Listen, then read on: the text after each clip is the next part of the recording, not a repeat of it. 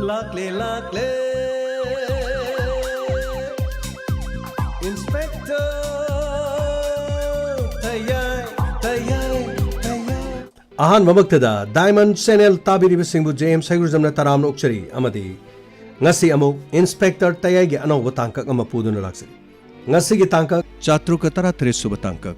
Ngasi gi Wari Asi Aseng Batokibu Wari Dagi Miyam gi Damakta Kudol Tamjum Apaba Singloksin Minasi Patabana Nakanda Tamsi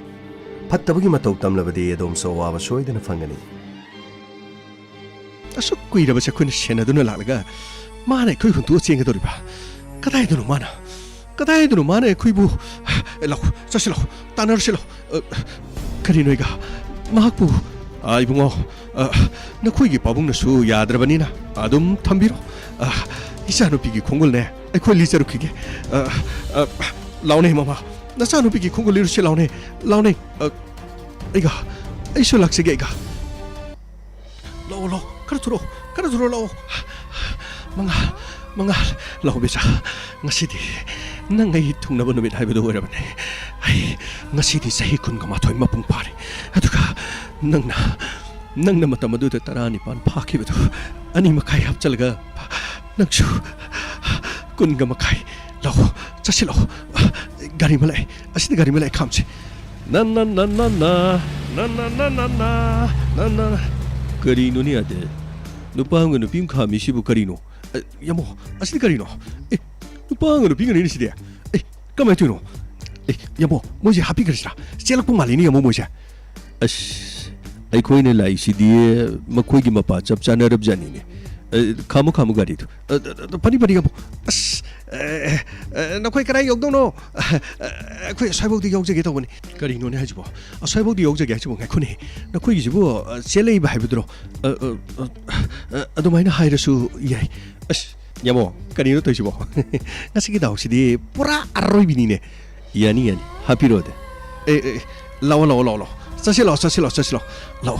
Sasilo Ngasidi na ngay Nungsi pantung haibado yorobane Law Sasilo Hoy Natung injarak lagi Yamo Mungkin di apti nungsi na boy Sidi seng masay tawoy Yamo ako jo Siya lasira kang di Adatay Nangi namay pandam sidi ba Say tawoy ba mamay pandam miyam lay Madu manarakan ko Haujung matam na kway may panda ba Si matong marang kang da ba Mingon da ba danam tawa Migi jan mang na nabi sin ba siya Si jo angak pam Nungay hayta mi di manaktan lantom lay So nungay sungong amoy Masagi mapok to miwa da tawa Hayda di dumiwa pang tatab janita Nati saningay taningay piktan lay rab So man tok turig dun na rasi yaw darab di May mapok to di kaso nungay biyaroy Migi nungay bu urak kalak pamiso Masing piktan lay rin Nati mi matay manawoy dorab sida nang namuk kalaktan tawri dubo Yamong giwa hindi sa itaw Tangoy kasi tanat hilik karino Yamong ngang biru wadu karino Nati yamong kitang kanbira ngang biru Yamong sa itaw Pura aroy bini Hay ruraga nang giyaroy Bidunong yaroy Mi kara di ba Wayang anong dabjan ito Aigi mala layrakanda aigi sungoy uramda miso dum yawjan Masamsagi kanbada magi na imari kaunar matam Adu da natiya Haumin kangminar kwa samin tangminar da nalili punsising do masamsay ujab tibdo loy kautok na rin Taibong miyoy ba isi kalurab di angak pangakta niyo Nati Mina masida matay manaw tung na jab do da Nang nahektang haktang da ujab tirakta na nani yung paningye gain tawk silag libdubo Nati nupamsa ni sintaram laddi nang wadu karini ang kandurim no ba yamong gizo wahi du manung dane tamoy ta na tenmam yawri yamo akoi taibong mioi ba sidi masage dong kanba jidi mahuk sana ta bani ne aduna bu karino matu thirakan da dinupi du thirakan ne mayum palaga ni mama ampa bijaning da tawri sidi yamo aroi binida adu budi tongana leikren nati masadu sentalab di sentho di dum imung manung sadu nung sinadurim nati tabakti suning di Imung do migi lady ba sen khara thokpa du da mayam sang lo yeng sel di ka do no sudi suning de lai paisa jing do dum ko yeng ba koi pa pa na ba nati matin kot ko jola lai so dum yawrim ne adum ba mi du oina bai khoi ka dong honoroi dam mi nupi porak le koi nupi thi dam ne si adum wakan khaloi dam ne nati haujing matam si ja jam lady magi khudong chabi yeng na mohon na de hekta haijin tum jan na hekta badanam tawdna mi bu jan mang no hona bai su yam lagi madu marak tu da ne ai wadi to sungaw gaw da no hono singar Migi nuksin na ba sidi tungna daw dum layram si tungna ri jure dana naral laytana sangom saning bay tabak di tawno ꯃꯤꯅ ꯚꯥꯔ ꯐꯪꯉꯝꯅꯤ ꯃꯤ ꯈꯔ ꯇꯧꯔꯝꯅꯤ ꯃꯤ ꯍꯨꯃꯥꯡꯃꯟꯅ ꯑꯍꯤꯡ ꯇꯨꯝꯅꯒꯤ ꯍꯣꯠꯅꯕ ꯍꯥꯏꯗꯨꯗꯤ ꯃꯁꯥꯅ ꯐꯪꯖ ꯇꯥꯕꯅꯤ ꯅꯠꯇꯦ ꯂꯧꯃꯤ ꯑꯃꯅ ꯁꯨꯔꯤꯕ ꯅꯣꯝꯂꯤꯕ ꯃꯥꯅ ꯇꯥꯜꯂꯤꯕꯗꯣ ꯂꯧꯃꯤꯗꯨꯅ ꯐꯪꯗꯅ ꯑꯩꯅ ꯐꯪ ꯌꯥꯕ꯭ꯔꯥ ꯍꯥꯏꯃꯤ ꯅꯠꯇꯦ ꯅꯣꯡꯃ ꯅꯤꯅꯤ ꯈꯛ ꯊꯕꯛ ꯁꯨꯔꯦꯔꯒ ꯍꯦꯛꯇ ꯐꯪ ꯌꯥꯗ꯭ꯔꯣ ꯃꯤꯅ ꯁꯨꯕ ꯃꯤꯅ ꯑꯍꯤꯡ ꯇꯨꯝꯗꯒꯤ ꯍꯣꯠꯅꯕ ꯃꯤ ꯇꯧꯕ ꯍꯥꯏꯗꯨꯗꯤ ꯃꯍꯩ ꯆꯥ ꯇꯥꯕꯅꯤ ꯃꯤꯅ ꯃꯍꯩ ꯆꯥꯔꯒ ꯃꯤ ꯏꯪꯈꯣꯜꯗꯨ ꯆꯪꯉꯒ ꯃꯥꯏꯁꯦ ꯃꯍꯩ ꯆꯥꯏꯅ ꯑꯩꯈꯣꯏ ꯃꯌꯥꯝ ꯆꯪ ꯌꯥꯟꯊꯠ ꯌꯥꯕ꯭ꯔꯕ ꯑꯁ ꯌꯥꯝꯕꯨꯡ ꯀꯔꯤꯅꯣ ꯌꯥꯝꯕꯨꯡꯒꯤ ꯋꯥꯗꯨꯕꯣ ꯌꯥꯝꯕꯨꯡ ꯑꯩꯅ ꯅꯨꯄꯤ ꯆꯦꯅꯤꯡꯉꯦ ꯍꯥꯏꯔꯨꯕꯒꯤꯔꯕ ꯌꯥꯝꯕꯨꯡꯅ ꯉꯥꯡꯕꯤꯔꯤ ꯋꯥꯔꯤꯗꯣ ꯑꯁ ꯌꯥꯝꯕꯨꯡ ꯄꯨꯔꯥ ꯑꯔꯣꯏꯕꯅꯤꯗ ꯁꯩꯇ ꯌꯥꯝꯕꯨꯡ ꯑꯗꯨꯒꯤ ꯋꯥ ꯅꯠꯇꯦꯗ ꯁꯨꯝ ꯅꯣꯡꯅꯤꯡꯉꯛꯄ ꯍꯥꯏꯇꯥꯔꯦꯗ ꯁꯨꯝ ꯈꯜꯂꯨꯔꯗꯤ ꯄꯨꯟꯁꯤꯁꯤ ꯅꯣꯡꯅꯤꯡꯕꯩ ꯅꯣꯡꯅꯤꯡꯕ ꯉꯥꯛꯇꯅꯤ ꯑꯣꯏꯗ ꯄꯥꯗꯕꯁꯤꯡꯁꯤꯅꯕ ꯇꯞ ꯇꯥꯏꯅ ꯇꯧꯔꯦꯅ ꯇꯥꯠ ꯄꯥꯠ ꯇꯧꯅ ꯍꯤꯡꯕ ꯄꯨꯟꯁꯤꯁꯨ ꯌꯥꯝ ꯌꯥꯎꯔꯤ ꯑꯩꯈꯣꯏꯅꯗꯤ ꯁꯣꯝꯗꯗꯤ ꯒꯣꯗ ꯐꯥꯗꯔꯅꯦ ꯀꯥꯏꯅ ꯈꯜꯂꯨꯔꯀꯥꯟꯗ ꯁꯣꯝꯗꯗꯤ ꯒꯣꯗꯀꯤ ꯁꯔꯚꯦꯟꯕ ꯑꯣꯏꯔꯝꯗꯕꯩ ꯋꯥꯅꯤꯗ ꯑꯁ ꯀꯔꯤꯅꯣꯅꯦ ꯍꯥꯏꯔꯤꯁꯤꯕꯨ ꯌꯥꯝ ꯀꯔꯤꯅꯣ ꯄꯨꯔꯥ ꯑꯔꯣꯏꯕꯤꯅꯤ ꯁꯩꯇ ꯑꯗꯨꯒ ꯍꯧꯖꯤꯛ ꯅꯨꯄꯥ ꯃꯆꯥ ꯅꯨꯄꯤ ꯃꯆꯥ ꯑꯅꯤꯁꯤꯅ ꯆꯦꯜꯂꯛꯂꯤꯕꯁꯦ ꯋꯥꯔꯤ ꯍꯦꯛꯇ ꯍꯪꯕꯅꯤ ꯃꯣꯏꯒꯤꯁꯨ ꯋꯥꯔꯤ ꯍꯪꯀꯥꯟꯗ ꯋꯥꯔꯤ ꯑꯃ ꯍꯦꯛ ꯂꯩꯔꯝꯗꯣꯔꯤꯕꯅꯤ ꯀꯅꯥ ꯈꯪꯅꯤ ꯋꯥꯔꯤꯗꯨ ꯇꯥꯔꯨꯔꯒ ꯈꯪꯅꯨꯡ ꯅꯨꯡꯁꯤꯔꯛꯂꯕꯗꯤ ꯆꯠꯂꯤꯕ ꯂꯝꯕꯤꯁꯤꯗꯁꯨ ꯀꯅꯥꯅ ꯈꯪꯅꯤ ꯍꯥꯏꯐꯦꯠꯇ ꯍꯪꯉꯨꯗꯅ ꯑꯁ ꯌꯥꯝꯃꯣ ꯍꯪꯕꯕꯨꯗꯤ ꯌꯥꯏ ꯌꯥꯝꯃꯣ ꯑꯗꯩꯗ ꯃꯣꯏ ꯑꯅꯤꯁꯦ ꯃꯃꯤꯠꯁꯦ ꯑꯃꯒ ꯑꯃꯒ ꯑꯗꯨꯝ ꯌꯦꯡꯅ ꯂꯩꯔꯦ ꯌꯥꯝꯃꯣ ꯁꯤꯒꯤ ꯃꯇꯥꯡꯗ ꯑꯩꯅ ꯋꯥ ꯍꯪꯕꯗꯨꯕꯨ ꯌꯥꯝꯃꯣ ꯈꯨꯝꯃꯛꯀꯗ꯭ꯔꯣ ꯌꯥꯝꯃꯣ ꯑꯁꯤꯕꯨ ꯌꯥꯝꯃꯣ ꯑꯁꯤꯕꯨ ꯈꯨꯝꯃꯛꯀꯗ꯭ꯔꯕ ꯌꯦꯡꯉꯣ ꯌꯦꯡꯉꯣ ꯃꯃꯤꯠ ꯑꯅꯤꯁꯦ ꯑꯗꯨꯝ ꯌꯦꯡꯅ ꯂꯩꯔꯦ ꯌꯥꯝꯃꯣ ꯀꯃꯥꯏꯅ ꯇꯧꯗꯣꯏꯅꯣ ꯁꯤꯕꯨ ꯑꯁ ꯄꯨꯔꯥ ꯑꯔꯣꯏꯕꯤꯅꯤ ꯁꯩ ꯇꯧꯏꯕ ꯌꯥꯝꯃꯣ ꯑꯗ ꯇꯥꯏ ꯌꯦꯡꯅꯔꯤꯁꯤꯗꯤ ꯃꯃꯤꯠꯇ ꯀꯔꯤꯅꯣ ꯅꯪꯁꯨ ꯅꯈꯨꯠꯇꯨ ꯍꯥꯏꯔꯒ ꯍꯪꯉꯨꯗꯅ ꯌꯥꯝꯃꯣ ꯑꯝꯇ ꯍꯪꯒꯦꯀꯣ ꯎꯏ ꯎꯏ ꯎꯏ ꯌꯥꯝꯃ ꯀꯔꯤꯅꯣ ꯅꯣꯏꯅꯤꯅ ꯅꯃꯤꯠꯇꯨꯕꯨ ꯑꯃꯒ ꯑꯃꯒ ꯆꯥꯊꯣꯛꯅꯗꯨꯒꯤ ꯑꯗꯨꯝ ꯃꯨꯟꯅ ꯌꯦꯡꯅ ꯂꯩꯗꯨꯕꯨ ꯀꯔꯤꯅꯣꯕ ꯅꯠꯇꯦ ꯅꯈꯣꯏ ꯑꯅꯤꯅ ꯑꯗꯨꯝ ꯌꯥꯝꯅ ꯅꯃꯤꯠꯇꯨ ꯌꯦꯡꯅꯔꯤꯗꯨꯕꯨ ꯉꯥꯏꯀꯣ ꯅꯈꯣꯏꯒꯤ ꯅꯨꯡꯁꯤꯅꯕꯁꯤꯕꯨ ꯃꯤꯠꯇ ꯅꯨꯡꯁꯤꯅꯕ꯭ꯔꯣ ꯃꯤꯠꯀꯤ ꯅꯨꯡꯁꯤꯅꯕ꯭ꯔꯕ ꯅꯈꯣꯏꯅꯤꯒꯤꯁꯤꯕꯣ ꯌꯥꯝꯃ ꯃꯤꯠꯀꯤ ꯅꯨꯡꯁꯤꯕ ꯅꯠꯇꯦ ꯑꯩꯈꯣꯏꯅꯤꯒꯤ ꯋꯥꯔꯤꯁꯦ ꯌꯥꯝꯅ ꯁꯥꯡꯈ꯭ꯔꯦ ꯆꯍꯤ ꯌꯥꯝꯃꯦ ꯅꯨꯡꯁꯤꯅꯕ ꯍꯧꯕꯗꯒꯤ ꯄꯥꯔꯨꯔꯗꯤ ꯆꯍꯤ 8ꯀꯤ ꯋꯥꯔꯤ ꯑꯣꯏꯔꯝꯒꯅꯤ ꯀꯔꯤꯅꯣ ꯍꯥꯏꯁꯤꯕꯨ ꯆꯍꯤ 8 ꯑꯗꯨꯗꯤ ꯅꯈꯣꯏꯅ ꯍꯧꯖꯤꯛ ꯅꯪ ꯀ꯭ꯂꯥꯁ ꯀꯌꯥ ꯌꯥꯝꯃ ꯑꯩ ꯒ꯭ꯔꯦꯖꯨꯑꯦꯁꯟ ꯂꯣꯏꯔꯦ ꯑꯗꯨꯗꯤ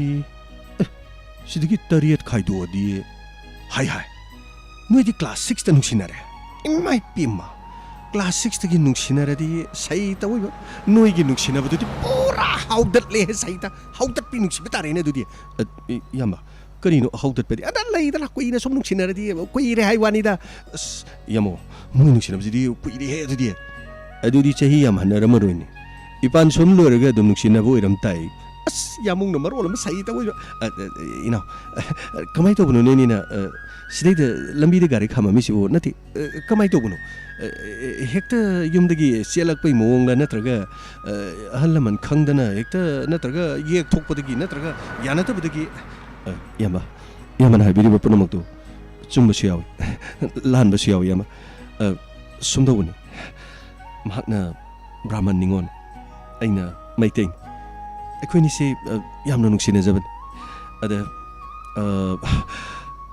ꯏꯕꯥꯅꯤꯒꯤ ꯂꯥꯏꯕꯛꯇ ꯊꯨꯡꯅꯧ ꯍꯥꯏꯕꯁꯦ ꯇꯝꯂꯝꯒꯗꯕ ꯃꯥꯟꯗꯕ ꯍꯥꯏꯇꯥꯔꯦ ꯑꯗ ꯑꯩꯈꯣꯏꯅꯤꯅ ꯀꯅꯥꯝꯇ ꯈꯪꯍꯟꯗꯅ ꯑꯩꯈꯣꯏꯅꯤꯅ ꯁꯨꯝ ꯅꯨꯡꯁꯤꯅꯕ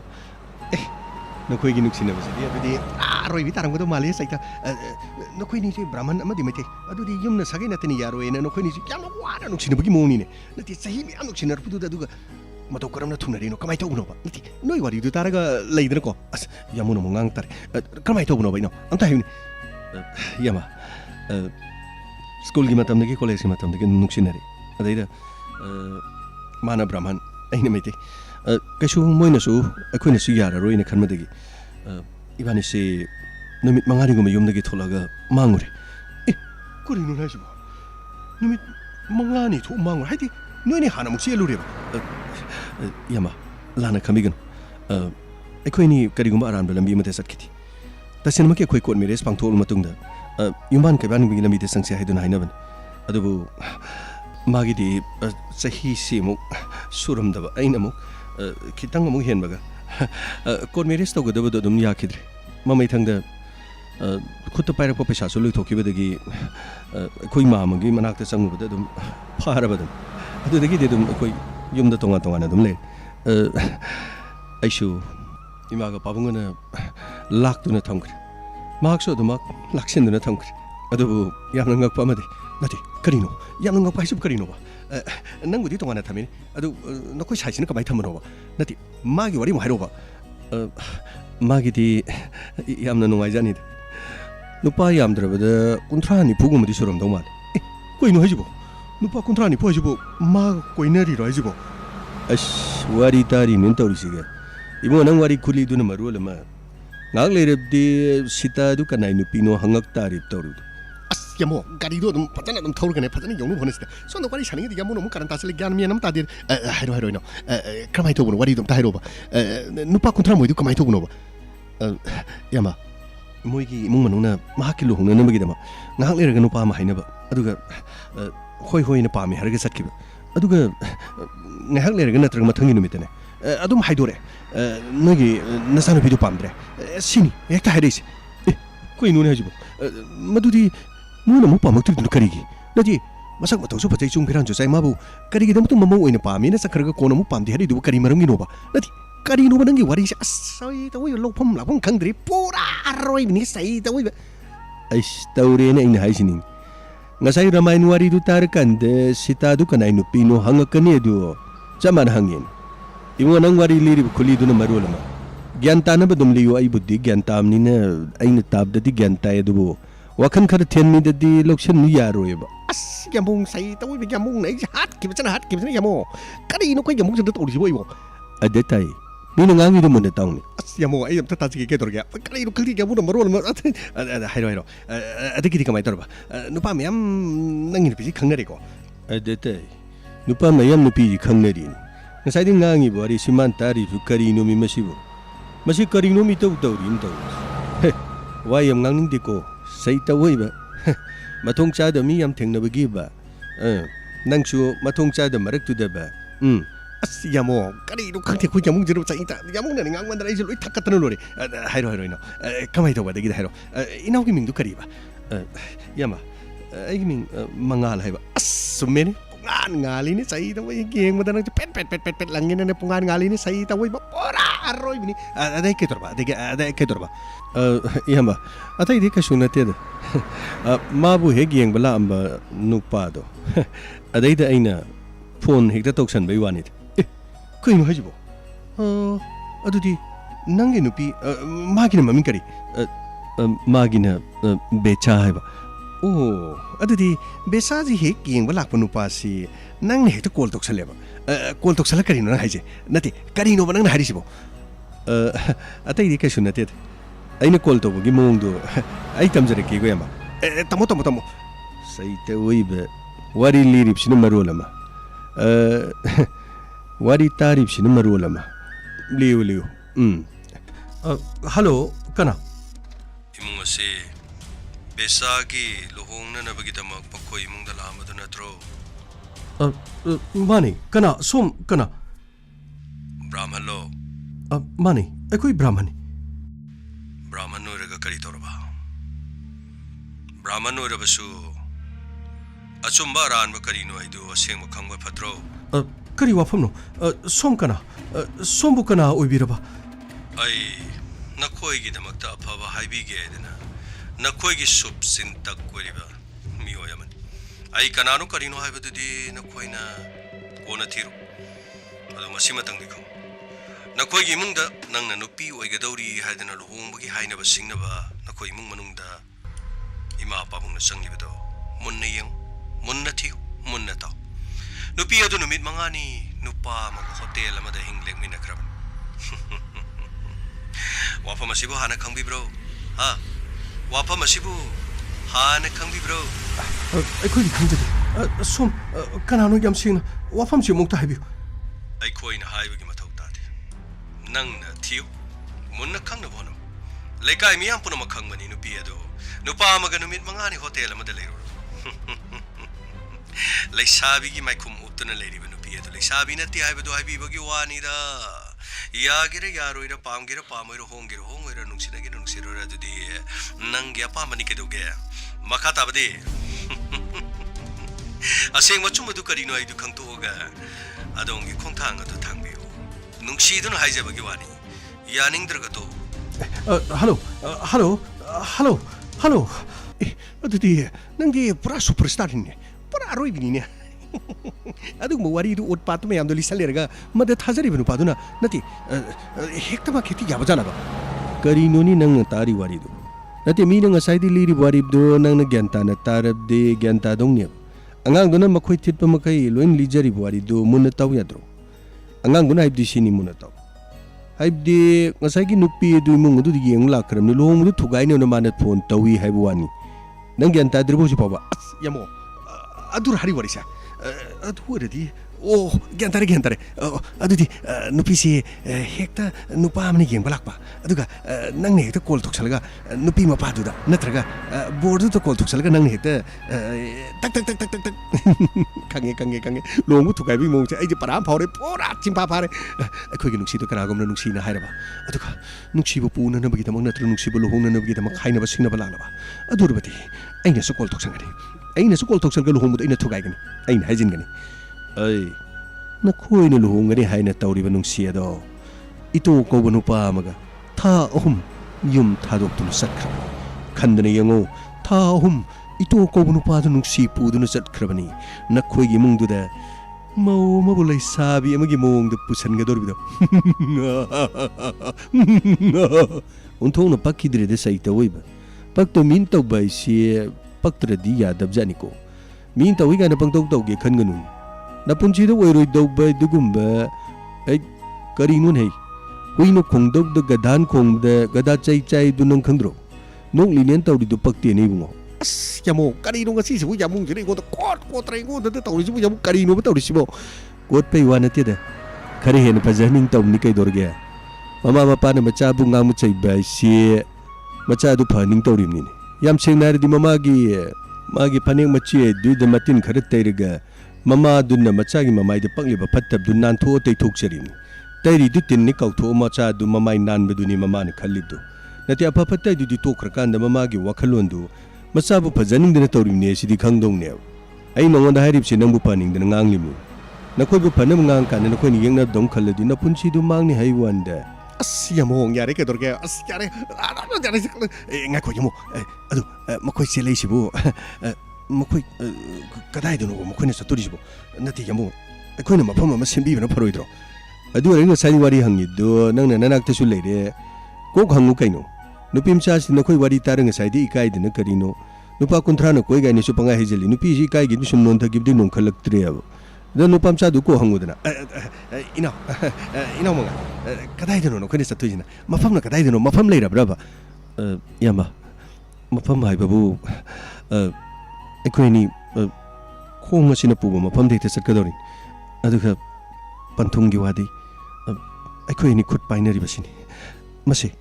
ꯃꯄꯣꯛꯁꯤꯃꯒꯤ ꯊꯥꯗꯣꯛꯂꯔꯣꯏ ꯑꯁ ꯍꯩ ꯇꯧꯏꯕ ꯈꯨꯠ ꯑꯃꯨꯛ ꯄꯥꯏꯅ ꯂꯩꯔꯝꯃꯤ ꯇꯧꯔꯤꯁꯦ ꯑꯁ ꯊꯥꯗꯣꯛꯂꯔꯣꯏꯀꯣ ꯅꯨꯡꯁꯤ ꯅꯪꯕꯨ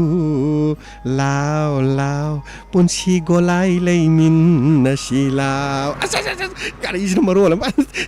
ꯑꯗ ꯇꯥꯏ ꯇꯟꯖꯥꯁꯤꯗ ꯑꯃꯨꯛ nakandagi background music kai khong ade tawri ito jin tawri bji yungko nangi ito ji sai tawiba ito tongan beju tholo kanune as yamo kari no asi bono bitsi yabung ne ngonda direct hal isibu kari no yamo as pura arroi bini yamung samai torse mosi khong na satpa mafam da dum puni ado yamo akhoi gi di kanam ta seleiti imalo krabi ga ega ado yamo akhoi do ne gari thojalase aduga nganu hawo ma thongbiraga isalasiga akhoi chaminara kanda karino hayeng nongalaga paw haidokpuduna yambunga iga hek chatpada yambung kari kaibelege yambo adui wabdi yam nongai dorib jani paw haidokpa chatpada bamon ga meite ga chenbagi paw dudi paw haidok chatpada di soi nongai oren laisang mamang yorong matamda kongang yaibdo mandir gi karino kangsi de yaidadna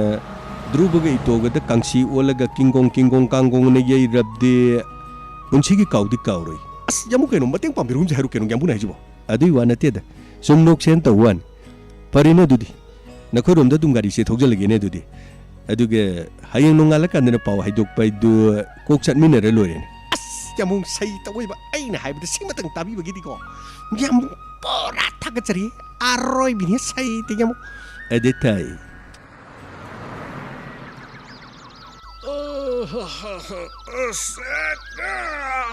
screen khang de hojagi matam jili ko tom masida khara ing bajo hoge tawi khara so omsa na ge tawi ꯀꯔꯤꯅꯣ ꯈꯪꯗꯦꯗ ꯏꯪꯈ꯭ꯔꯒꯗꯤꯀꯣ ꯑꯗꯨꯝ ꯐꯩꯖꯨꯞꯁꯨ ꯌꯥꯝꯅ ꯇꯤꯡꯉꯦꯀꯣ ꯁꯥꯗ ꯁꯥꯈ꯭ꯔꯒꯁꯨ ꯃꯥꯡ ꯌꯥꯝꯅ ꯁꯧꯏ ꯃꯔꯛ ꯃꯌꯥ ꯑꯣꯏꯕꯁꯤꯅꯗꯤ ꯈꯔꯗꯤ ꯑꯗꯨꯝ ꯅꯨꯡꯉꯥꯏꯕꯖꯥꯠꯅꯤꯀꯣ ꯃꯌꯥꯝꯒꯁꯨ ꯎꯅꯗꯕ ꯀꯨꯏꯔꯦ ꯀꯔꯤꯅꯣ ꯈꯪꯗꯦ ꯍꯟꯗꯛꯀꯤ ꯃꯇꯥꯡꯁꯤꯗꯤꯀꯣ ꯀꯦꯁꯅꯦꯅ ꯇꯧꯕꯁꯤꯡꯁꯤꯁꯨ ꯒ꯭ꯌꯥꯟ ꯇꯥꯈ꯭ꯔ ꯃꯥꯜꯂꯦ ꯒ꯭ꯌꯥꯟ ꯇꯥꯕ ꯃꯌꯥꯝꯁꯦ ꯂꯩꯔꯕꯗꯤ ꯀꯦꯁꯀ ꯁꯨꯡꯂꯥꯛ ꯂꯥꯛꯑꯣꯏ ꯈꯔ ꯂꯩꯔꯗꯤ ꯄꯨꯂꯤꯁ ꯗꯤꯄꯥꯔꯠꯃꯦꯟꯁꯦ ꯃꯨꯠꯀꯅꯤꯀꯣ ꯑꯌꯨꯛꯀꯤ ꯈꯕꯔꯁꯤꯅ ꯀꯔꯤ ꯌꯥꯎꯕꯖꯥꯠꯅꯣ ꯇꯧꯕꯁꯤꯅ ꯑꯁ ꯀꯔꯤꯅꯣ ꯈꯪꯗꯦꯗ ꯇꯧꯔꯤꯁꯤ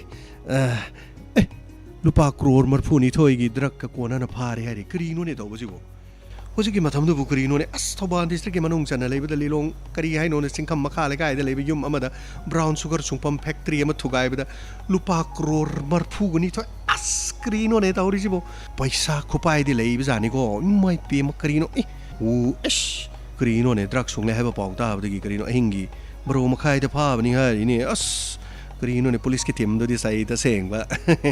ꯍꯌꯦꯡꯗꯤ ꯃꯈꯣꯏ ꯂꯨꯄꯥ ꯂꯥꯛ 12 ꯃꯈꯣꯏꯒꯤ ꯇꯤꯝꯗ ꯄꯤꯒꯦ ꯍꯥꯏꯔꯛꯀꯗꯕ ꯃꯥꯜꯂꯦꯗ ꯑꯁ ꯁꯩꯗ ꯄꯩꯁꯥꯒꯤ ꯋꯥ ꯅꯠꯇꯦꯗ ꯀꯔꯤꯅꯣ ꯈꯪꯗꯦ ꯀꯔꯝꯍꯥꯏꯅ ꯇꯧꯕꯅꯣ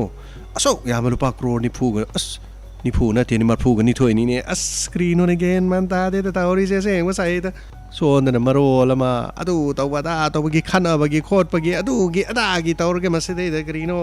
इंटरनेट थेंगी करीनो यूट्यूब येंग याद्रे करीनो मेसेज थानाबसु याद्रे करीनो रील्स की खरग येंग आई तरुक खरग येंगबदसु करीनो अमत येंग याद्रे ने अस ज्ञान तादे तो सही था ज्ञान मन तादे है जनिको मेन मन तादे बस सही था करी तोरे गमई सर क्रिसि ताउदे सर करीनो ngasiदी yamgana hugalina sir nahan ma kaidi phamongda dom leiraga net kharga yaradi kरीनो फरेंग तुरेंग जगोई साबी उ आ खरगा मखोई मसक फजा फजा बजु खरगा दुम येंग यावबनी नोंनिंग ब खोटपा ते ते वीडियो मतेक मतेक तु येंगा गाइदे पुली पारगा दुम फमंग द थरो थरो ओलगा सो लेजबनी मेन मान ता दे सर करीनो ने थिंग के बसिसु करीनो थिंग दबदी यादबनी नुमित मंगा नि सिदि सही त ngai बसे वागा दोरी दे सर करीनो मखोई ब्रॉडबैंड सम कांगु दुदि मखोई दि या माले सर अखोई गिसु पुलिस स्टेशन दि सिमा पा दि ब्रॉडबैंड अमदि समबे याब जानी सर गामै अतुब मतम नो समन अदुगिदि करिसु खलुनु अदुगे करीनो नंगना अतै अतै नंगना मथा साइने तौरिदुबो सर अतै दि क्रिसो लाइते सर ड्रग तुबु सर करीनो क्रोर मरफु गनि थोइ फारे हाइरि सर लिलोंगदा यावना फै मदुगी टीमदो पुलिस की टीम अदु सेलतो अदुगा मदुदि यावरिबा मदुबु इन्फॉर्म तोरकिबा पुलिस पु कोऑपरेशन पिरकिबा कांगलुपतो मियाम प्रमुखतु तसेंना हारगदि यामना थगनिंगाइ सर तसेंना हारगदि यामना थगनिंगाइ ओइको सर अदु करीनो सर हंतबु करीनो हर घर तिरंगा हाइदे तौबजु सर 13 अगस्त का 14 15 करीनो युमथों खुदिंग द फिरान थेटपगी खोटपगी हाइबजु सर कमाइ तौबु जानो सर करीनो डिस्ट्रिक्ट की लेबा सिंग डीसी नसु करीगरि लाउथोकपगी खोटपगी वाफम लाइग्रे सर अखोइ बुदि मसाना पुलिस स्टेशन नि नदुम थेटकदबदि लेरे सर अदुबु मियामना दि फिरान थेटपगी मतंग सिदि थोइना करीनो यानिंग दबगी मोंग लेब्रा नत्रगा कीबगी मोंग लेब्रा करीनो मदि तौबु मालि दे सर कमाइ यामना लोबजानी तौजिकि मतमददि थाइना हाइबा तारे मतम अमदा मसक नाइबा लेखिद्रबा दुगा लमदम असिगे पॉलिटिकल लीडर्स सिंग तोइना हाइरमबदा अहानबदा अखोइ इंडियन अनि सुबदा अखोइ मणिपुरी अहुम सुबदा अखोइ मैतैनी तांखोलनी कबुइनी अदुगा पांगमैनी खोंगसाइनी हाइबना चिंगबसी निंगसिंगलपे कांगलु पुरुप अयाम्बा लोन लाइनिंग लाइसोन नाट की चनबी खेनबा असिगुम कया असि खुंदा लैतादुन लेमिनरिबा लैपाक असिदा इरमदम असिदा अचेतपे युमफम अमगी अपुनबगी सक्तम सागतन होनबदा पाउजेल ओइना अदुमक सिजनर पाउजेल ओइना सिजनर मन हाइनलो खेनबा कयागी अपुनबगी सक्तम सेसिनब होनबा हाइबसे अराइबदि नथि थौरम अम ओइरबसु चेबाव अमा हेक्ता पिरगा वाजाव खर nganglage हेक्ता यागदबसु नथि अदुमोइनमक असिगुम कया असि तौदब यादबसु लेरमसु मियेंग असिदा सोइदन ओइरमगनि हंदक आजादी का अमृत महोत्सव हर घर में तिरंगा मिंगथोनबा अगस्त 13 15 फाउबदा लेबाक असigi युमथों खुदिंगदा जाति की मचु अहुंगी फिराल सिंखननबा प्राइम मिनिस्टर ना हाइप की वाफम सिंगदो ममांगी थाद वीडियो कॉन्फ्रेंस अमा पांगथोक्तुना थौरांग असे अदुमक सथबा हौकिबनि थौरांग असिगी मखाद मणिपुर गोइन हौकिबा अगस्त की तांग मंगादा जाति की मचु अहुंगी फिराल लाख अनि मफम असिदा थुमखरे अमरोमददी अकीबा अमदी अदुगा मियामददी मी पाइबा लेब्रा हाइबसिनि करम थोकलगा बाहाइबददी खंगबा गमथ्रि सर करीनो 2021 अगस्त की तरेत सर तोंगा तोंगा चीफ सेक्रेटरी ने थोकिबो ऑर्डर नत्रगा सिरोल अमदा चीफ विलेज अदुगा हेडमैन अदुगा चेयरमैन सिंह मागी मागी खुल द नेशनल फ्लैग जाति अहुंगी फिरान अगस्त की तरागा मंगादा सिंखनबा खंगनबा लाइकी अदुबो sir फिरान सिंखरबदि लाइरेदना Krino tongan ba lalolo sing na krino wapang kra sing na duna amadi yaning da utuna Augustra amadi hing de krino tongan ba kya sing de total shutdown lo thok kibsu legi sir Manipur yaw na wang no po kilam dong kra da so emergency gi hon mara mor ga tangdu leita da ba kya ti mayok na ri na sir mayok na ri hai ba si miyam na sudum khangi bane ba sir chumi gamai Indian lengak su khang adubu warosin puruk na ba tongan ba kangbuga peace talk suspension of operation su tawdun wari sanari bane Lekai dia mata tadi dan santi gi wari sanaro hai ba kangbusu leita badinati loinana India ge ning tamba phangkiba August ki taraga manga Republic oikiba January gi kuntarok asi boycott tawduna dumakla handaksu lauthorok ki biyai lengak na sinba thorom phawbada akan ba security ki section thoranga loinana pangthok libani jati gi firan chingkhali haiduna mayek sengna khangna ba unaba sadum yawribani lengak ke loisang khudimokta jati gi machu uhum gi firan pairi maming te gi oina paiba amadi sungpai paidaba su kokthong amadum leramgani khali Mai loisang sing da di jati gi firan singkhatpa pahin badi laira dana jati gi sei janagana mana phawba sakna kidren ayamba assembly tongna kidre saklaba su sanale pak manipur haiduna sakpana ayamba oiram haujiki na harol mahiroi sing asi di jati gi sei taseng na harbi khangnam gadaba mandi sakpasu heiram gadaba mandi cinema hall da phawba da jati gi firan haiduna jati gi sei saknaram badudi tokredana cinema hall phawba da leiraktre puna magasi da lengak na athing ba pibadagi Taukiba sunati, Taukidaba sunati. Zati gi sei saklaba khonglaba aduga yumthong khuding de singkhana nabagi thorang di tawre hari. Amaromda fira lak ani pirak le hari basi karamna tawri bizan. Ngamgadra ngamloidra haibadudi miyamna di soidra wahang asi hangnarum. Asomane ne sir krino khangde the loragana mo kri oiba theatra kana kri oiba atheng baso mo law thorok tabani na kri mo karmai tawbono khangde de sir adu krino sir hosipu drug namaro la manukti ya so jamna faraga sir tawri sibu krino manipur sibu sir As men man ta dre da sir as amana hai amana mo hai grino khang dir ati som na kan na mo adu khanarega ada khanarega marak si sir grino stay the pause the yaw in yeng ne sir kada as yeng ne sir sibu yeng ne macha no pi phamla lu ba grino si ba gi zara pi hai na wakat mi pham gre hai si sibu grino ba macha no pi phaw ba smai na phamla no gi thabak sibu grino sa sibu ta ba sibu grino men man ta dir Krino thasi mari the fa ki police custody the lady mio the si bi chara piona Krino thawal wang mata ba gi or male si the miyam pro mon Krino waka mi pham taw the mera pa bi wo krio sir masi ki paw si di as gyan men ta de sir he phuk so ma sa no pi bo pham la lu mio the si bi chara piona as Krino jik matam si bo sir Krino ba taw ri si ba tai da ba Krino taw bo maya ma si bo Krino men man ta de sir as Krino khang de gamai onthong na ta ba da nungai khidra bawat Masama na poksa ba macha no pi phawda namduna phamlan ba maduta chener ba aduga sibugi charak PYG di matik ti charaba adubu kari torokodorin yengba tari court ki wayni madu yengba taban as sir sai ta woe ba men man ta de se mo gi paw sina maru olama adigi amana krino som na kan drug pu khasi krak ta fa dini men man ta dini oh yam na fa ba jibu kramaine tawra si mayam du kana da pizza ga dorino kana da men man ta dini sai ta as krino sir Gari na takpadagi sire hai ba sisu masidi adum ekhoi sida hojik tanari ko Manipur di train si krino akhoi gi Sribam gi jaga da badi yowi Manipur da train jaw bra di yaw de hai ba di yara roi ko sir krino khang de swai de so as train na takpada sire ji khalai di tarani ko sir kai doru gi gang mai sir krino Sribam do so train na takpada mi ma sire na paw di yaw sir gang mai accident ai si di prithvi gi yenglu matam da ne second mari kuding gi accident mam tu hari Akhoi sida su Manipur da adum Sribam da dum yodana dum lere aduga hojiki mathang da Topol Manipur sidagi di tongan ba mafam dagi sum yora kanda Asia gi mafam kya da bodu sum sat kinana bagi haibadi more tamu somna kanda bawa train chana bagi lerim sir saying ba more da train ga chat badu sir phangke dra khang de sir akhoi sira kanda oina phanga dori ra khang de amuk tang di tong ning mani mi gi maram da tong budi tong mani ko akhoi gi chingnung ngayam sidagi hut laga pairaga ko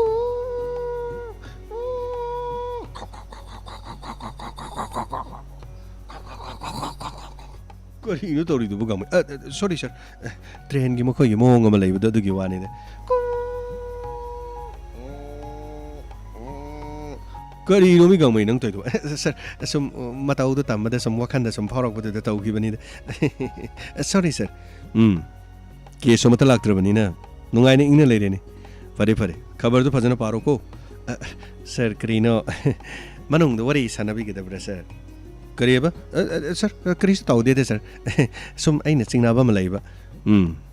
ꯑꯩ ꯋꯥꯔꯤ ꯁꯥꯟꯅꯔꯨꯔꯒꯦ ꯅꯪ ꯇꯥꯕ ꯂꯥꯛꯑꯣ ꯂꯨꯝꯕ ꯂꯥꯛꯑꯣ ꯌꯥꯅꯤꯗ sir ꯑꯗꯨꯕꯨꯗꯤ ꯑꯩ ꯃꯄꯥ ꯈꯪꯅ ꯑꯗꯨꯝ ꯂꯥꯛꯆꯒꯦꯗ ꯇꯧꯔꯤꯁꯤ ꯁꯣꯔꯤ ꯁꯔ ꯃꯈꯣꯏꯅ ꯅꯨꯡꯁꯤꯅꯕꯒꯤ ꯋꯥꯔꯤ ꯁꯥꯟꯅꯕꯁꯤꯗꯤ ꯁꯩꯗ ꯇꯥꯕ ꯅꯨꯡꯉꯥꯏꯈ꯭ꯔꯕꯀꯣ ꯃꯤ ꯑꯇꯩꯒ ꯃꯥꯟꯅꯗꯦ ꯋꯥꯅꯤ ꯏꯇꯣ ꯏꯇꯣ ꯏꯇꯣ ꯌꯥꯃꯣ ꯂꯣꯏꯖꯔꯦ ꯌꯥꯃꯣ ꯁꯤ ꯃꯥꯜꯂꯕ꯭ꯔꯥ ꯌꯦꯡꯕꯤꯌꯨ ꯁꯤ ꯃꯥꯜꯂꯕ꯭ꯔꯥ ꯌꯦꯡꯉꯨꯁꯦ ꯃꯊꯨꯟꯗꯤ ꯀꯣꯡꯀꯣꯡ ꯂꯥꯎꯕ ꯑꯗꯨꯒ ꯀꯨꯟꯖꯥ ꯀꯥꯎꯔꯒ ꯆꯠꯄꯗꯣ ꯃꯗꯨ ꯃꯥꯜꯂꯕ꯭ꯔꯥ ꯌꯦꯡꯕꯤꯌꯨ ꯌꯥꯃꯣ ꯁꯤ ꯍꯦꯛꯇ ꯌꯦꯡꯕꯤꯌꯨꯁꯦ ꯁꯤ ꯃꯥꯜꯂꯕ꯭ꯔꯥ ꯑꯝꯇ ꯌꯦꯡꯕꯤꯌꯨꯁꯦ ꯌꯦꯡꯕꯗ ꯑꯣꯟꯊꯣꯛꯅ ꯐꯖꯈ꯭ꯔꯦ ꯁꯩꯇ ꯍꯣꯔꯦꯟ ꯐꯨꯔꯛꯂꯕꯗꯤ ꯐꯖꯅꯗꯤ ꯅꯥꯔꯅꯤ ꯑꯁ ꯀꯔꯤꯅꯣ ꯌꯥꯝꯕꯨ ꯍꯥꯏꯁꯤꯕꯣ ꯑꯩꯈꯣꯏꯕꯨ ꯍꯣꯔꯦꯟ ꯁꯣꯏꯗꯅ ꯐꯨꯔꯛꯀꯗꯧꯔꯤꯕ꯭ꯔꯕ ꯐꯨꯕ ꯐꯨꯗꯕꯒꯤ ꯋꯥꯗꯨꯗꯤ ꯇꯣꯛꯈ꯭ꯔꯁꯤꯅꯤ ꯅꯠꯇꯦ ꯆꯠꯄꯨ ꯆꯠꯂꯕꯗꯤ ꯍꯥꯏꯗꯣꯛꯄ ꯆꯠꯀꯗꯧꯔꯤꯁꯤ ꯃꯩꯇꯩ ꯑꯃꯗꯤ ꯕꯥꯃꯣꯟ ꯑꯅꯤꯒꯤ ꯃꯔꯛꯀꯤ ꯋꯥꯅꯤ ꯆꯠꯇꯣꯔꯤꯕꯁꯨ ꯗꯥꯏꯔꯦꯛ ꯕꯥꯃꯣꯟꯗꯅꯦꯕ ꯅꯠꯇꯦ ꯍꯣꯔꯦꯟ ꯑꯩꯒꯥꯝꯆꯥꯗꯨ ꯍꯦꯛꯇ ꯁꯤꯡꯒꯥꯏꯕꯥꯛꯀꯤ ꯃꯍꯨꯠꯇ ꯈꯥꯕꯩ ꯑꯣꯏꯅ ꯄꯨꯊꯣꯔꯒ ꯌꯥꯟꯊꯔꯛꯂꯕꯗꯤ ꯁꯩꯇ ꯈꯦꯔ ꯀꯣꯠꯄꯒꯤ ꯈꯥꯕꯩꯗꯨ ꯄꯥꯛꯇꯤ ꯄꯥꯛꯈ꯭ꯔꯕꯅꯤꯗꯀꯣ ꯁꯩꯇ ꯑꯣꯏꯕ ꯑꯁ ꯌꯥꯝꯃꯨꯛ ꯁꯩꯇ ꯆꯠꯂꯝꯗꯥꯏꯁꯤꯗ ꯇꯥꯃꯣ ꯑꯩꯈꯣꯏꯕꯨ ꯆꯪꯖꯐꯝ ꯄꯤꯕꯤꯕ ꯑꯗꯨꯒ ꯑꯩꯈꯣꯏ ꯑꯅꯤꯕꯨ ꯃꯐꯝ ꯑꯁꯤꯗ ꯂꯩꯍꯟꯕꯤꯕ ꯁꯤꯒꯤꯗꯃꯛ ꯀꯔꯤꯅ ꯂꯃꯟ ꯁꯤꯡꯖꯒꯅꯤ ꯑꯁ ꯌꯥꯔꯦ ꯏꯅꯥꯎ ꯀꯔꯤꯝꯇ ꯈꯜꯂꯣꯅꯨ ꯁꯣꯝꯗ ꯑꯩꯈꯣꯏꯅ ꯈꯟꯅꯔꯤꯁꯤꯗꯤꯅꯦ ꯅꯣꯏꯒꯤ ꯑꯗꯨꯒꯤ ꯋꯥ ꯁꯨꯡꯅ ꯅꯠꯇꯦ ꯍꯣꯔꯦꯟ ꯈꯦꯔ ꯀꯣꯠꯄꯒꯤ ꯀꯔꯤꯗꯣ ꯈꯥꯕꯩꯗꯣ ꯃꯗꯨ ꯍꯦꯛꯇ ꯆꯥꯔꯨꯔꯒꯦꯅ ꯑꯩꯈꯣꯏ ꯆꯠꯂꯕꯅꯤ ꯑꯗꯨꯕꯨ ꯑꯣꯏꯔꯕꯗꯤ ꯐꯔꯤꯕꯅꯤꯅꯤ ꯃꯣꯏꯒꯤ ꯉꯥ ꯃꯀꯣꯛ ꯃꯔꯨ ꯄꯣꯛ ꯊꯨꯒꯥꯏꯕꯒꯤ ꯑꯆꯧꯕ ꯈꯥꯕꯩ ꯑꯃꯗꯤ ꯂꯩꯕꯅꯤ ꯁꯩꯇ ꯑꯩꯒꯥ ꯕꯒꯠꯅꯒ ꯄꯥꯏꯕꯗꯨꯗꯤ ꯑꯣꯟꯊꯣꯛ ꯄꯥꯛꯈ꯭ꯔꯕꯅꯦꯕ ꯁꯩꯇ ꯃꯗꯨꯅꯒ ꯉꯥ ꯃꯀꯣꯛꯇꯒ ꯄꯥꯛ ꯊꯥꯔꯕꯗꯤ ꯉꯥ ꯃꯀꯣꯛꯇꯨꯗꯤ ꯑꯗꯨꯝ ꯄꯨꯡꯇꯣꯏ ꯇꯣꯏꯔꯤꯕꯅꯦꯕ ꯃꯗꯨꯃꯛꯅ ꯍꯣꯔꯦꯟ ꯀꯣꯛꯁꯤꯗ ꯈꯥꯏꯔꯛꯂꯕꯗꯤ ꯁꯩꯇ ꯑꯣꯏꯕ ꯃꯃꯥ ꯃꯄꯥ ꯁꯥꯔꯨꯕ꯭ꯔꯥ ꯑꯩꯕꯨ ꯍꯥꯎꯗꯣꯔꯤꯕꯖꯥꯠꯅꯤꯗ ꯇꯥꯃꯣ ꯌꯥꯔꯒꯗꯤ ꯑꯩꯈꯣꯏ ꯄꯥꯎꯁꯦ ꯍꯥꯏꯗꯣꯛꯑꯒꯨꯝꯁꯤꯕ ꯑꯩꯈꯣꯏꯅꯤ ꯀꯩꯁꯨ ꯂꯧꯁꯟꯕꯤꯒꯗꯕꯁꯨ ꯂꯩꯇ꯭ꯔꯦ ꯌꯥꯔꯒꯗꯤ ꯆꯠꯄꯤꯔꯅꯨꯕ ꯑꯗꯨꯏ ꯋꯥꯗꯤ ꯀꯩꯁꯨ ꯈꯜꯂꯨꯅꯨꯗ ꯑꯩꯈꯣꯏ ꯀꯅꯥꯁꯨ ꯀꯤꯄꯣꯟꯇꯦꯗ ꯑꯩꯒꯤ ꯃꯍꯧꯁꯥꯒꯤ ꯃꯆꯤꯡ ꯑꯔꯥꯡꯕ ꯑꯃ ꯂꯩ ꯍꯧꯗ ꯍꯧꯔꯛꯑꯒ ꯑꯗꯨ ꯇꯧꯔꯝꯃꯒ ꯂꯣꯏꯔꯦ ꯀꯩꯁꯨ ꯈꯜꯂꯨꯅꯨꯁꯦ ꯌꯥꯗ꯭ꯔ ꯀꯩꯅꯣ ꯁꯤꯗ ꯍꯣꯡꯉ ꯂꯣꯏꯔꯦ ꯀꯩꯗꯧꯔꯒꯦ ꯑꯗꯨꯏꯗꯤ ꯀꯔꯤꯝ ꯈꯜꯂꯨꯅꯨꯁꯦ ꯑꯩꯈꯣꯏꯔ ꯄꯨꯔꯥ ꯄꯥꯈꯪꯅꯤ ꯑꯩꯈꯣꯏ ꯍꯣꯡꯗ꯭ꯔꯤ ꯅꯣꯏ ꯍꯣꯡꯉ ꯂꯣꯏꯔꯦ ꯑꯩꯈꯣꯏ ꯍꯣꯡꯗ꯭ꯔꯁꯨ ꯌꯥꯏ ꯀꯩꯅꯣ ꯑꯁ ꯀꯔꯤꯅꯣ ꯌꯥꯝꯕꯨꯡ ꯍꯥꯏꯕꯤꯔꯤꯗꯨꯕꯣ ꯑꯁ ꯄꯨꯔꯥ ꯑꯔꯣꯏꯕꯗꯤ ꯁꯩꯗ ꯐꯥꯒꯤꯒꯤ ꯋꯥꯅꯤꯗ ꯁꯨꯝ ꯅꯣꯛꯁꯦꯟ ꯇꯧꯋꯥꯅꯤ ꯂꯥꯛꯑꯣ ꯆꯠꯁꯤ ꯂꯥꯛꯑꯣ ꯌꯥꯝꯃꯣ ꯀꯥꯈꯠꯄꯤꯔꯣ ꯂꯥꯛꯄꯤꯔꯣ ꯂꯩꯔꯝꯃꯣ ꯑꯩꯈꯣꯏ ꯆꯠꯂꯣ na amina bole ꯍꯥꯏꯐꯦꯠꯇꯁꯨ ꯈꯔ ꯂꯦꯝꯃꯨ ꯉꯁꯤꯗꯤ ꯅꯨꯄꯤ ꯍꯥꯏꯗꯣꯛ ꯆꯠꯄꯅꯤ ꯅꯪ ꯃꯗꯨ ꯏꯁꯩꯗꯨ ꯁꯩꯇ ꯀꯔꯤ ꯑꯃꯤꯅꯥ ꯕꯣꯂꯦ ꯑꯗꯨ ꯇꯧꯔꯣꯏꯗꯅ ꯃꯗꯩꯗꯕ ꯁꯩꯇ ꯍꯣꯔꯦꯟ ꯆꯥꯔꯛꯀꯗꯕ ꯆꯩꯁꯤ ꯈꯜꯂꯤꯔꯕꯗꯤ ꯅꯪ ꯏꯁꯩꯗꯨ ꯀꯔꯤꯅꯣ ꯑꯋꯥꯕ꯭ꯔꯥ ꯀꯩꯅꯣꯝ ꯁꯧꯅꯤ ꯑꯁ ꯀꯔꯤꯅꯣꯅꯦ ꯌꯥꯝꯃꯨ ꯍꯥꯏꯁꯤꯕꯣ ꯇꯁꯦꯡꯅ ꯐꯨꯔꯛꯀꯗꯧꯔꯕ꯭ꯔꯥ ꯇꯧꯔꯤꯁꯤꯕꯣ ꯌꯥꯝꯃꯨ ꯑꯩ ꯇꯧꯖꯔꯒꯦ ꯍꯣꯔꯦꯟꯗꯤ ꯃꯣꯏꯒꯤꯅꯦ ꯈꯥꯕꯩꯗꯨ ꯍꯦꯛ ꯌꯥꯟꯊꯒꯦ ꯇꯧꯔꯛꯄꯒꯅꯦ ꯊꯣꯛ ꯍꯦꯛꯇ ꯇꯞꯊꯔꯒ ꯑꯩꯒꯤ ꯄꯨꯟꯁꯤ ꯀꯔꯤ ꯊꯣꯛꯅꯩ ꯅꯪꯒ ꯌꯥꯝꯃꯨ ꯁꯤ ꯌꯥꯅꯤꯀꯣ ꯍꯦꯛꯇ ꯑꯇꯞꯄꯗꯣ ꯃꯣꯏꯅ ꯐꯥꯠ ꯁꯧꯒꯠꯂꯛꯄꯗ ꯑꯩꯅ ꯑꯌꯤꯡꯕꯗꯣ ꯊꯥꯏ ꯍꯥꯞꯆꯟꯕ ꯌꯥꯅꯤꯀோ ꯏꯇꯣ ꯐꯨꯒꯦꯟ ꯈꯜꯂꯕꯗꯤ ꯑꯇꯞ ꯁꯞꯁꯨ ꯑꯗꯨꯝ ꯇꯝ ꯐꯨꯔꯛꯀꯅꯤ ꯈꯔ ꯑꯌꯥꯛꯄ ꯁꯧꯔꯒꯅ ꯈꯔ ꯍꯦꯟꯅ ꯅꯥꯅ ꯊꯥꯔꯛꯀꯗꯣꯔꯤꯕꯅꯤ ꯑꯁ ꯑꯩ ꯇꯧꯕ ꯉꯁꯤꯗꯤ ꯆꯥꯔꯦ ꯆꯩꯇ ꯑꯩꯈꯣꯏꯒꯤ ꯑꯃꯨꯛꯒꯤ ꯋꯥꯔꯤꯁꯦ ꯌꯥꯔꯦ ꯃꯣꯏꯒꯤ ꯕꯥꯃꯣꯟ ꯃꯄꯥꯏꯗꯨ ꯁꯤ ꯅꯠꯇ꯭ꯔꯣ ꯌꯥꯝꯕꯨ ꯑꯁꯤꯗꯅꯤ ꯑꯁꯤ ꯈꯣꯡꯅꯥꯡꯁꯤꯒꯤ ꯃꯅꯤꯡꯗꯅꯤ ꯃꯣꯏꯅ ꯍꯥꯏꯔꯛꯄꯗꯨꯒꯤꯗꯤ ꯂꯥꯛꯑꯣ ꯁꯦꯝ ꯁꯥꯔꯣ ꯅꯊꯨꯟꯒꯥꯏꯗꯨ ꯐꯩꯖꯣꯝꯒꯥꯏꯗꯨ ꯈꯔ ꯇꯥꯈꯠꯂꯨꯅꯤ ꯅꯠꯇꯦ ꯃꯅꯨꯡꯗꯨꯗ ꯃꯣꯟ ꯃꯆꯥ ꯑꯃ ꯌꯦꯞꯂꯧ ꯌꯥꯗ꯭ꯔꯣ ꯍꯣꯔꯦꯟ ꯈꯥꯕꯩꯗꯨꯅ ꯊꯨꯟꯗ ꯀꯜꯂꯛꯂꯕꯁꯨ ꯈꯥꯕꯩꯗꯨ ꯐꯠ ꯂꯥꯎꯅ ꯀꯥꯞꯊꯣꯛꯈꯤꯅꯕ ꯇꯧꯕ ꯌꯥꯏꯑꯕ ꯑꯁ ꯌꯥꯝꯃꯣ ꯃꯗꯨꯁꯨ ꯇꯧꯍꯧꯗ꯭ꯔꯦꯅꯦ ꯇꯧꯔꯤꯁꯦ ꯑꯩꯁꯦ ꯑꯁ ꯀꯔꯤꯅꯣ ꯋꯥꯁꯀꯣꯠ ꯑꯝꯇꯪ ꯊꯥꯔꯝꯕꯁꯨ ꯐꯗꯧꯅꯤ ꯇꯧꯔꯤꯁꯦ ꯌꯥꯔꯦ ꯒꯥꯔꯤꯗꯨ ꯈꯥꯝꯖꯤꯜꯂꯁꯤ ꯁꯤ ꯐꯅꯤ ꯌꯥꯝꯃꯣ ꯐꯅꯤ ꯑꯁ ꯁꯣꯏꯗ꯭ꯔꯦ ꯉꯁꯤꯗꯤ ꯌꯥꯝꯃꯣ ꯁꯤ ꯆꯨꯝꯃꯦꯀꯣ ꯆꯨꯝꯕ ꯍꯥꯏꯕꯗꯨ ꯗꯥꯏꯔꯦꯛ ꯆꯨꯝꯃꯕꯅꯤꯅꯦ ꯁꯤ ꯀꯥꯡꯁꯤ ꯂꯩꯔꯤꯁꯤ ꯎꯗ꯭ꯔꯣ ꯁꯤ ꯂꯩꯔ ꯃꯇꯨꯡꯗꯅꯤ ꯏꯁꯣꯔꯒꯥꯏꯗꯨ ꯁꯤ ꯃꯟꯗꯤꯔ ꯃꯅꯨꯡꯁꯤ ꯂꯩꯔꯝꯗꯣꯔꯤꯕꯅꯤ ꯀꯣꯡꯒꯥꯡ ꯒꯥꯏꯅ ꯇꯧꯗꯅ ꯄꯨꯖꯥ ꯇꯧꯐꯝꯗꯨ ꯁꯤ ꯑꯣꯏꯗꯣꯔꯤꯕꯅꯤ ꯑꯁ ꯌꯥꯝꯕꯣ ꯂꯩꯔꯦ ꯑꯁ ꯃꯣꯏꯒꯤ ꯑꯩꯒꯥꯗꯣ ꯃꯥꯜꯂꯦ ꯑꯁꯤꯗꯤ ꯑꯩꯒꯥ ꯃꯆꯥꯁꯨ ꯈꯤꯇꯪ ꯃꯥꯏ ꯑꯁꯤꯗꯤ ꯌꯥꯝ ꯁꯥꯊꯤꯔꯝꯗꯧ ꯃꯥꯜꯂꯦ ꯆꯩꯗ ꯃꯈꯨꯠꯇꯗꯤ ꯆꯩꯗꯤ ꯄꯥꯏꯗꯦ ꯑꯁ ꯌꯥꯝꯃꯣ ꯀꯔꯤꯅꯣ ꯃꯈꯣꯏꯁꯤꯗꯤ ꯗꯥꯏꯔꯦꯛ ꯁꯥꯎꯅꯕ ꯃꯥꯜꯂꯦ ꯌꯥꯝꯃꯣ ꯁꯤ ꯀꯃꯥꯏꯅ ꯇꯧꯅꯤ ꯑꯁꯤꯗꯤ ꯀꯃꯥꯏꯅ ꯇꯧꯅꯤ ꯌꯥꯝꯃꯣ ꯀꯔꯤꯝ ꯈꯜꯂꯨꯅꯨꯁꯤ ꯌꯥꯗ꯭ꯔꯥ ꯌꯥꯗꯕꯩ ꯊꯣꯛꯄ ꯇꯧꯔ ꯂꯣꯏꯔꯁꯤ ꯀꯔꯤꯝ ꯀꯤꯔꯨ ꯅꯪ ꯌꯥꯎꯔꯤꯗꯅ ꯑꯍꯥꯟꯕ ꯅꯪ ꯃꯥꯡ ꯊꯥꯎ ꯑꯗꯨꯝ ꯑꯩ ꯇꯧꯒꯦ ꯑꯁ ꯀꯩꯅꯣ ꯌꯥꯝꯃꯣ ꯍꯥꯏꯁꯤꯕꯣ ꯑꯩꯅ ꯃꯥꯡ ꯊꯥꯗꯣꯏꯕ ꯑꯩꯅ ꯍꯥꯟꯅ ꯆꯥꯗꯣꯏꯔꯕ ꯍꯥꯏꯁꯤꯕꯣ ꯌꯥꯝꯃꯣ ꯑꯗꯨꯏ ꯋꯥꯗꯤ ꯀꯔꯤꯝ ꯈꯜꯂꯨꯅꯨꯗ ꯅꯪꯉꯣꯟꯗꯕꯨ ꯐꯨꯕ ꯍꯧꯔꯕꯗꯤ ꯑꯩꯅ ꯁꯦꯝ ꯁꯥꯔ ꯑꯗꯨꯝ ꯈꯨꯠꯍꯜꯂꯛꯀꯅꯤꯗꯅ ꯅꯠꯇ꯭ꯔꯕꯗꯤ ꯑꯩꯁꯨ ꯅꯪꯍꯧꯗꯕ ꯌꯥꯏꯑꯕ ꯑꯁ ꯌꯥꯝꯃꯣ tàu yamo moi asid watanar lo sang selo yamo yan lo sang silo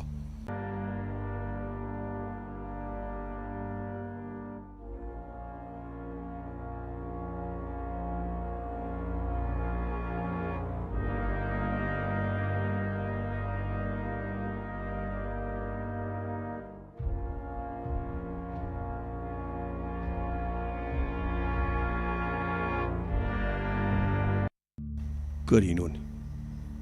laglipsin na hangaktanida ekhuibu ushittribajala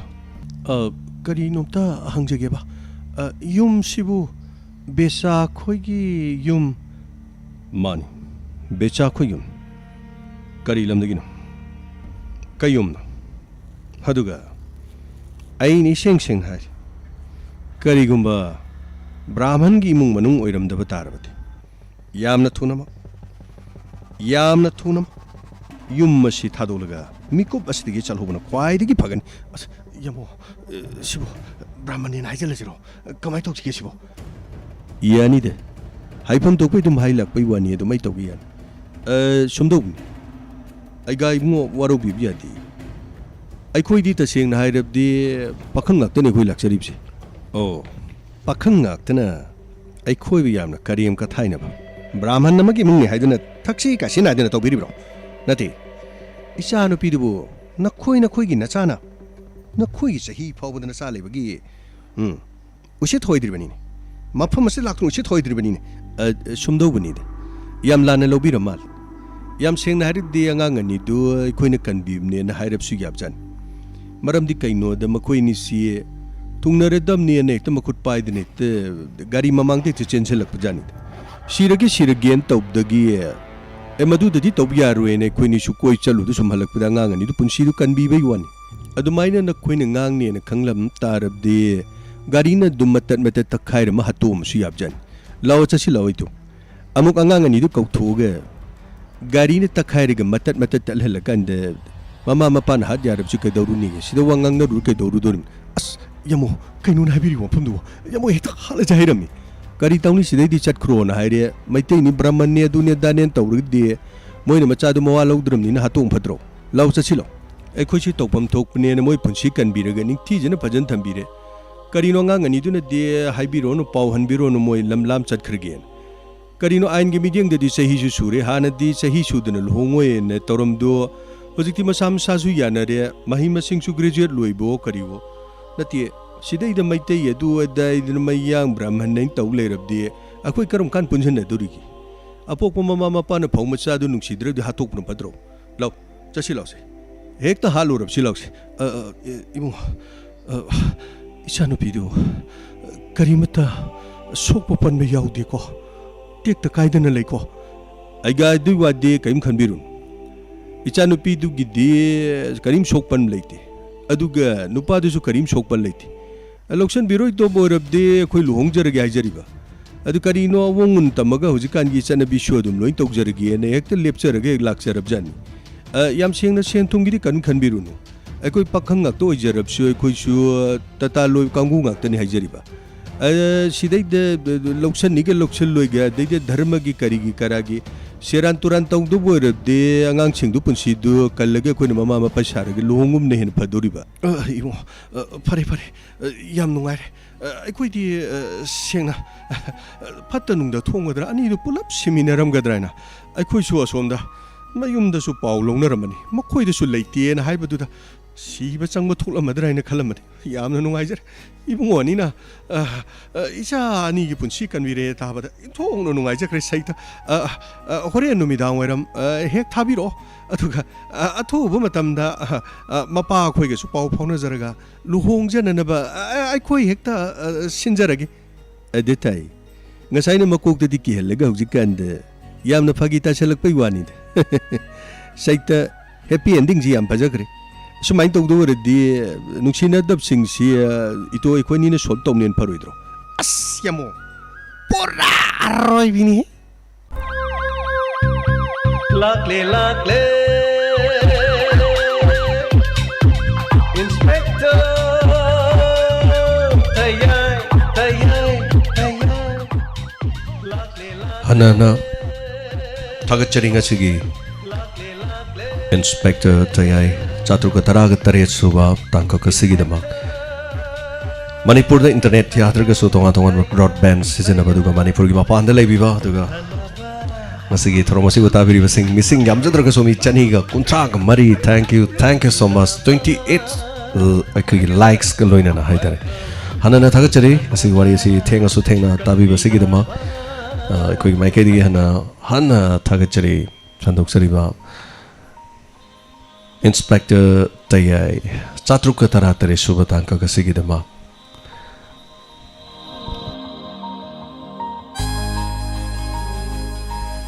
Loinana ngasisi inaw Tokzongi birthday many happy returns of the day inaw Tokzong aduga Manipur da internet yakidabana adugi khudong chadabasi lebiram do male aduga inaw Tokzongi photo tharakhidre aduga aikoigi yaifama gold pijari aikoigi maikadigi adugi punsida nungai yaifaba punje nuksangba nada yektaba oibiu haidana ishorgi mafamda nijari Loinana Gagan Priya ngasigi August 3 haijabadare aduga mapong numit yaifaba pizari punsinung sangba aduga lamda masigi saknai rabi saisakpi amasu oiriba adu hena afaba chawkhatpa nungaiba yaifaba aduga palem pathaugi mabok ebemagi wi chepunabatigi ningba thunganbiba seba tawba ngambo oibiu haina Isorgim from the Nizari, Siguma Mapon Midase, in Autoxoma Madigan Priya. I Masing Langam Nalako, where there's no Haina, Hazari. As you say, I'm a Kongzaragam Yangi comment Karparul in the gay, I'm Sangna, not a Vidaduga. I think of how Yawi sings the Amna, Hanana Tagachari, because Manipur the internet, Tatlaga Lady Vani, Aduga, only broadband service Katani, Manipur the Yari Vasi. Hanana Tagachari Punamapu. The comment kitang pajagi me ano pipira panga sige takpak si kari fawi pagi domda.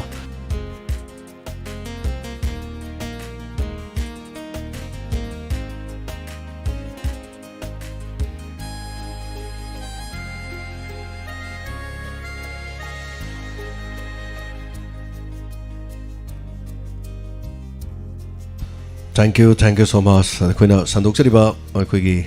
channel se hai tare. Maming fazaba iraipak iramdong chanaba ming haitare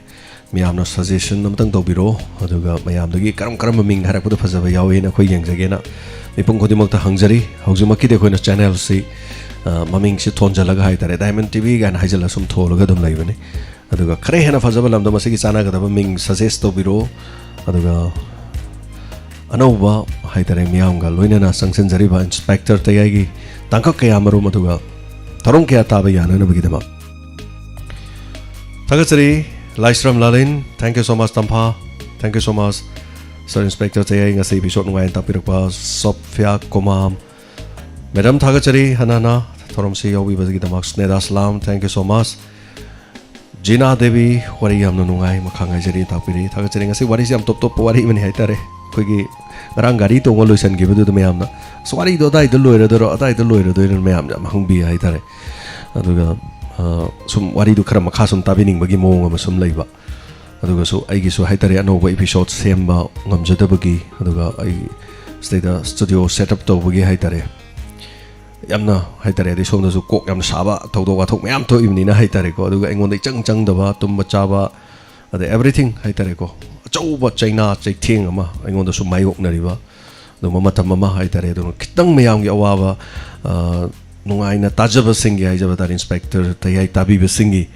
soidena bagi hona jabani haitare mayam na chilhau thibidena tamjari ba khudol asida penbiu haibo wafam simasun lukjari Goben Kuman thagachari luchingpur endruba gi ko kyai druba ga ito nai gren ta pari yes machado lambi de thengna ba wani ra do noi na khoina pokpo sunate Si Grazano hat Grazano Kali, the Karam Punjana de Nokovo, no in the Sadu in the Dubai Nawa Lodredi, Hato Rolore, the lots of slow Garinta carriage along. So, thank you so much, Keju, Janu Okram, thank you so much, Hanana Tagasari. Sanatombi, Samra Lapam, Drubagatogi, Warida, Nokpa the Puxinare, Tapiri Tagasari. Yamazi, my arms to knock the Bohana, but I should get a noble function give a hitare. I'm saying a haragati. So thagachari kaisam Ranjan Singh wari yamna nungai na su takpire. Thank you so much PP. Manipuri song lava ngasidi itoga yamunga anina naire wari yam nungai takpire. Thagachari adaga Madam Sophia Kumam happy birthday Gagan Priya takpirakpa. Adaga keju ngasihi tangkak sidi pra maini na takpire. Thank you so much. Rafiq Ahmad yamna kuirabagi tungda ngasi si live yaubire hanana thagachari Sir James ngasi gi tangkak asugi matik fazai tapire Nandini Devi sarvo hanana thagachari tayai thabirak pagi damakado pungningi warol thabirak loi daro pungning warol singa sai try di tawjabane mi kyam yengdong mandaba haitare mi 35 kumadi leiba haitare ada mi tadragati call tawroi doini do mi yam tabibedu natabako adi thoram du khangdam ni na call tawroi doini call tawruktragadi mo ai ji phamma ngai lei doini do adugi khanba haitare anyway ama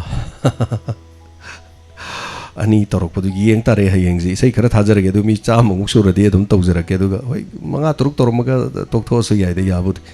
anyway yengminarasi na dumaina hajarage Haujuma kidi hoi chap chaba thorom hanagi tokjoramba thorom do dinatre haitare sidi only YouTube channel amani haitare so YouTube trial channel amani so mayam kari channel maming kau sigi maming phaja mani da haibiro phaja iram dam siga chana ba lam dam siga chana ba mayam dagi suggestion khara logjage haitare mayam na YouTube channel aigi sigi YouTube channel 2011 June gi tang kun gani panda hangdok sakiba igi Gmail da isagi account da isagi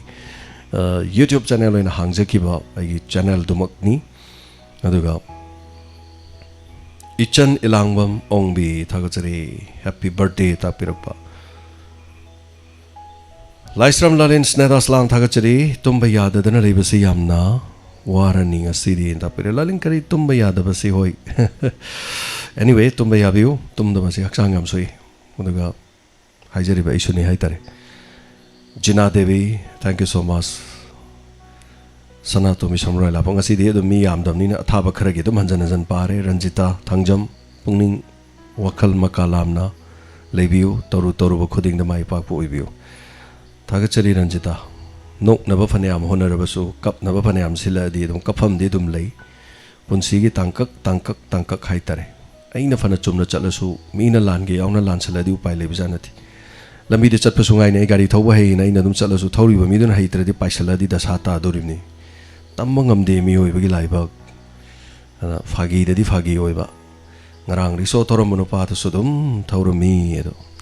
so Ichan Ilangwam Ongbi from Goa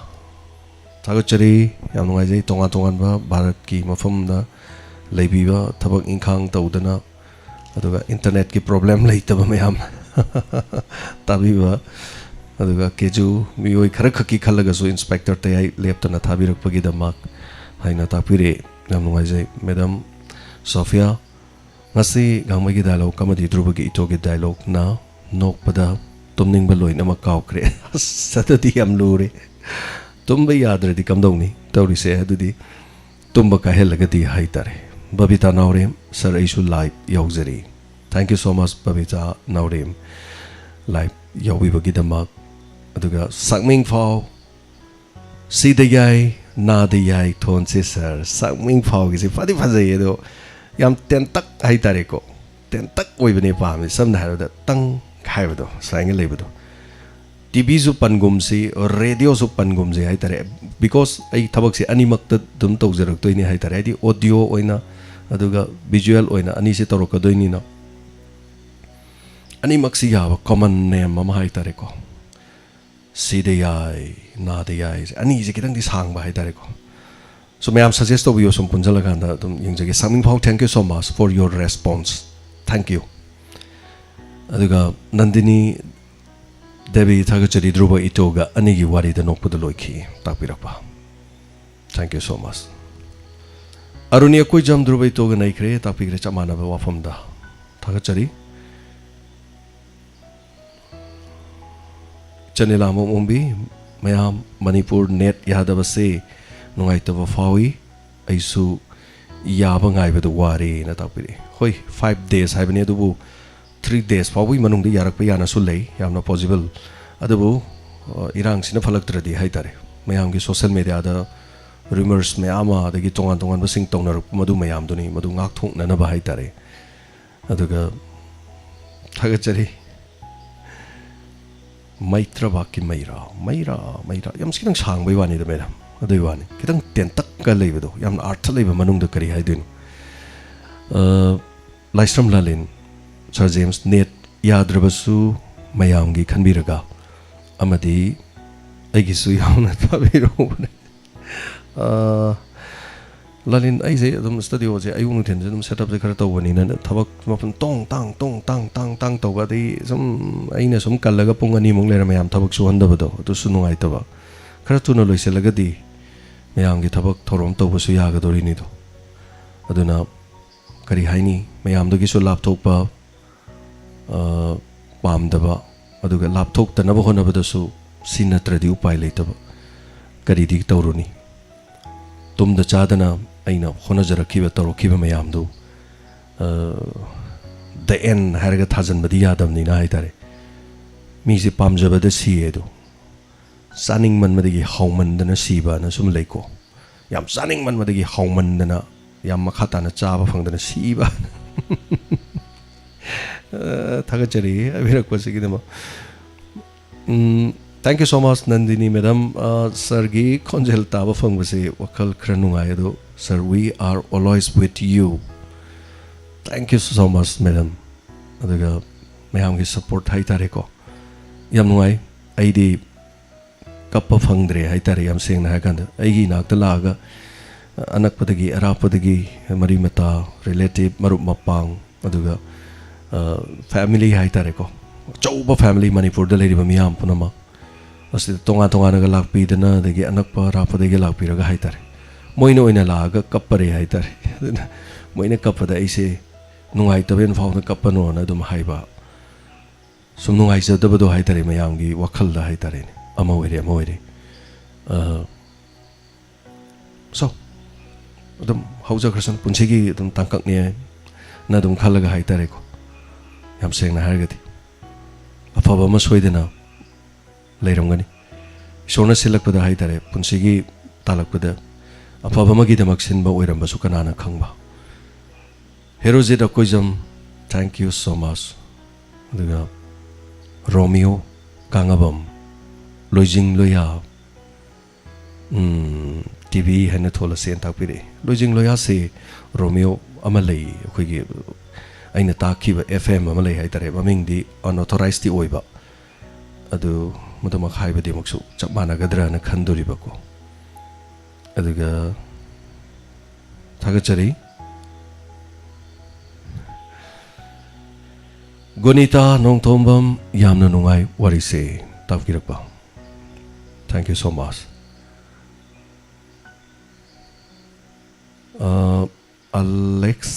ꯑꯂꯦꯛꯁꯤꯌꯥ net ꯌꯥꯅꯕ꯭ꯔꯥꯅ ꯍꯥꯏ ꯑꯗꯣ ꯈꯪꯗꯦ ꯅꯦꯠꯁꯤ ꯌꯥꯗꯤ ꯌꯥꯗꯦ ꯁꯤ ꯌꯥꯔꯤꯁꯤ broadband ꯀꯥꯡꯕꯨꯗꯤ ꯌꯥꯕ ꯊꯥꯒꯠꯆꯔꯤ ꯙ꯭ꯔꯨꯕ ꯇꯔꯥ ꯍꯥꯏꯗꯨ ꯁ꯭ꯅꯦꯗꯥ ꯌꯥꯗꯤ ꯌꯥꯏ ꯑꯗꯩꯗ ꯙ꯭ꯔꯨꯕ ꯇꯔꯥꯁꯦ ꯑꯩꯈꯣꯏꯒꯤ ꯂꯣꯟ ꯑꯣꯏꯗꯕꯗꯣ ꯑꯗꯨꯏ ꯋꯥꯅꯤ ꯙ꯭ꯔꯨꯕ ꯇꯔꯥ ꯍꯥꯏꯕꯁꯤ ꯃꯤꯒꯤ ꯃꯔꯣꯟ ꯑꯃꯨꯛ ꯑꯣꯏꯕ ꯇꯧꯔꯤꯁꯤ ꯁꯥꯟꯇꯤ ꯀꯥꯏꯅ ꯍꯥꯏꯕꯗꯤ ꯌꯥꯗꯦ ꯑꯗꯨꯅꯀꯣ ꯁꯣ ꯊꯦꯡꯛ ꯌꯨ ꯁꯣ ꯃꯆ ꯑꯗꯨꯝ ꯍꯥꯏꯕꯤꯔꯛꯄ ꯀꯩꯁꯨ ꯀꯥꯏꯕ ꯂꯩꯇꯦ ꯃꯌꯥꯝꯒꯤ ꯋꯥꯐꯝ ꯀꯛꯆꯕ ꯅꯠꯇꯦꯀꯣ ꯑꯗꯨꯒ ꯄꯥꯈꯪ ꯑꯔꯤꯕꯅꯤꯅ ꯅꯩꯈ꯭ꯔꯦꯅ ꯇꯥꯛꯄꯤꯔꯛꯑꯦ ꯌꯥꯝꯅ ꯅꯧꯖꯔꯤꯖꯥꯅꯤꯗ ꯀꯗꯥꯏꯗꯩꯅꯣꯗ ꯑꯗꯨꯃꯥꯏꯅꯁꯨ ꯃꯤꯉꯣꯟꯗ ꯆꯍꯤꯒ ꯌꯥꯝꯅ ꯍꯦꯛꯇ ꯍꯥꯏꯔꯨꯕ ꯌꯥꯕꯗꯤ ꯅꯠꯇ꯭ꯔꯤꯕ ꯊꯥꯒꯠꯆꯔꯤ ꯅꯅꯤꯅꯦ ꯑꯅꯧꯕ ꯁ꯭ꯇꯨꯗꯤꯑꯣ ꯁꯦꯝꯕ ꯉꯝꯕꯗ ꯃꯇꯦꯡ ꯄꯥꯡꯖꯒꯦꯅ ꯇꯥꯛꯄꯤꯔꯛꯑꯦ ꯀꯩꯁꯨ ꯃꯦꯗꯥꯝ ꯊꯦꯡꯛ ꯌꯨ ꯁꯣ ꯃꯆ ꯀꯩꯁꯨ ꯅꯠꯇꯦ ꯌꯥꯝ ꯐꯖꯕ ꯅꯠꯇꯦ ꯑꯁꯦꯡꯕꯗꯤ ꯍꯧꯖꯤꯛ ꯁꯥꯒꯠꯂꯤꯁꯤꯅ ꯇꯦꯝꯄꯔꯔꯤꯅꯤ ꯑꯗꯨꯒ ꯁꯤꯒꯤ ꯍꯦꯛ ꯊꯪꯅꯕꯗꯅꯦꯕ ꯁꯥꯗꯣꯏꯁꯤꯅ ꯁ꯭ꯇꯣꯔ ꯃꯊꯣꯜ 1 2 3 ꯑꯗꯨ ꯃꯁꯤ ꯄꯔꯕꯞꯇꯤ ꯌꯥꯔꯣꯏ ꯑꯍꯥꯟꯕꯒꯤꯗꯤ ꯁꯣ ꯒ꯭ꯔꯥꯎꯟ ꯐ꯭ꯂꯣꯔ ꯃꯗꯨꯃ ꯍꯥꯟꯅ ꯁꯦꯝꯕꯗꯨꯅꯤ ꯑꯗꯨꯒꯤ ꯃꯊꯪ ꯑꯅꯤꯁꯨꯕ ꯑꯍꯨꯝꯁꯨꯕ ꯇꯦꯛ ꯍꯥꯏꯇꯥꯔꯦ ꯁꯣ ꯑꯅꯥꯗꯔ ꯑꯩ ꯆꯍꯤ 5 ꯑꯃꯗꯤ ꯍꯧꯈ꯭ꯔꯦ ꯃꯌꯥꯝꯒ इरोइनरगा अयुक नुंथिल नुमिदांग तुम्फम चाफम खंगदना हक्चांग जेक्ता नैरगा थादोरखरबने ꯀꯔꯤꯅꯣ ꯍꯥꯏꯀꯥꯟꯗ ꯃꯗꯨꯒꯨꯝꯕꯒꯤ ꯐꯤꯕꯝ ꯑꯃ ꯌꯧꯅꯕ ꯍꯣꯠꯅꯕꯗ ꯋꯥꯖꯔꯤꯕꯗꯤ ꯑꯃꯨꯛꯀꯤ ꯃꯊꯪꯒꯤ 5 years ꯑꯃꯗ ꯑꯩꯅ ꯃꯪꯂꯤꯕ ꯃꯪꯂꯥꯟꯗ ꯊꯨꯡꯒꯗ꯭ꯔꯥ ꯊꯨꯡꯉꯣꯏꯗ꯭ꯔꯥ ꯀꯔꯤ ꯂꯥꯛꯀꯗꯒꯦ ꯍꯥꯏꯕꯒꯤ ꯁꯨꯝ ꯃꯤꯄꯥꯏꯕꯁꯨ ꯐꯥꯎꯏ ꯑꯗꯨꯒ ꯀꯩꯁꯨ ꯀꯥꯏꯕ ꯂꯩꯇꯦ ꯍꯣꯠꯅꯕ ꯇꯥꯕꯅꯤ ꯑꯗꯣ thank you so much madam ꯑꯗꯨꯒ ꯕꯕꯤꯇꯥ ꯅꯥꯎꯔꯦꯝ thank you so much once again Kaisam Ranjan Bir Tikendrajit TV BT channel Kaisam Ranjan कैसु कायबदी लेते अदैदा मणिपुर द थोलीसे Bir Tikendrajit park Bir Tikendrajit flyover Bir Tikendrajit airport सुम लेबसे मणिपुर द अकल अथौ लेगिबसे मसिंगदी यामे हाइतारे अदु मसिंग जखोइन खंगिजे पौना थंगार बीर टिकेंद्रजीत चिंगलेन सना स्वाइजिदा दुम लोइबा अमनि से द लोइबा हाइतारे अदु याम यामल्ले मखोइदा थोनबसे अदु मखोइना तबते अतै थारे मी अमदा गाइदि सुम थोनिंगदबदुइ वानिदा करि हाइदुनो खंगदे एनी वन सब्जेक्ट अदुगा हारिबसिना करि हाइदुनो खोइ मयाम पुनमक्त लोइनमक रिप्रेजेंट तव याबा मणिपुर गी हाइतारे सिगुम अमदा गाइजो हाइफेट पाम हाइतारे अदुगा रेडियो सो ओइदबा टीवी सु पन्दबा हाइतारे सुम लेदनको समना हाइबदा वाई अमखक वाट अमखकना तांगा थाबदो मसि थीबदने अई सुंफंग भंगद्रेब तखेलमम थोबिने सुन हाइबि ध्रुव तारा सिदे मो मिगी मरोन ओइबा हाइतारे ध्रुव तारा दि संस्कृत सोन चटखरे हाइतारे एनीवे पिपिरकपा हाइबिरकपा सिगिदमक्तदि याम नुंगाइजै अदुगा हनाना अदुगा थैंक यू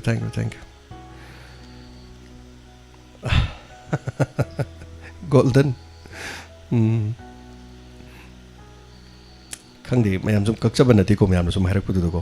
थमोइद टिंग लावबम तंग सुम यावरा दिनो को खितंग चिंग लावबजु वाटली बतौरिसि अदुना थगचरी सर थौदोक थुकलिब मफमदु अगिदि लेखफमनी पाउ ताबदि यामना नुंगाइते यामना सुवाई तंफा करिसु तौब लेरोय यामना कन्ना ngaksen ba haitare thoi yamna kariguma khara thoning da thodok macha ma thoki bazan adunani haitare ko aduna kasu yamna mi paiba poktana ba honabiu thagachari thank you so much takelamam thoibi ichan ilam ombi leipun lipun punsan ba apun ba pangan lipun gaji खरगदी यारदी यार कदोरम ने दो वाही दे कितंग फजब वाट पदु अर्थदी फदी फजरबा हाइतारे फदी फजरे कितंग दी फजरे हाइतारे so tension जरे मरक तै इसे मखक थाजगे इसे अनि इसुना थाजरोय अमतंग थाजगे मतम जाम थेंगमनिना अदुना अथेंगोदा संतोक पथरोम सिंगाले दि walking Chelani खोइन लीला हलक पुदिस माइ तो जे वॉकिंग अदम चेले मी सिंगसे अदुना ngasi sei amamu थाजगे सेजी अवाबदी थारगुम सिर नुंगाइ बोइना थारसे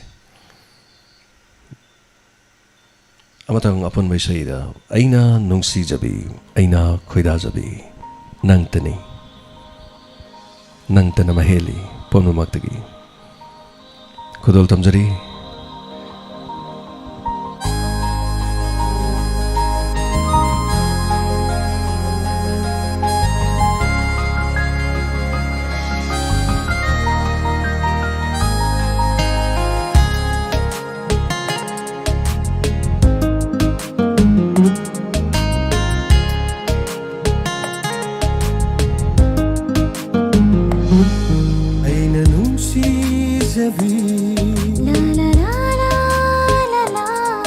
Aina khoida zabi Aina nungsi zabi Aina khoida zabi Nangtani unsigi Nangtana loi jari Oh aigi di thawaini Nangtana loi jare Oh aigi di thawaini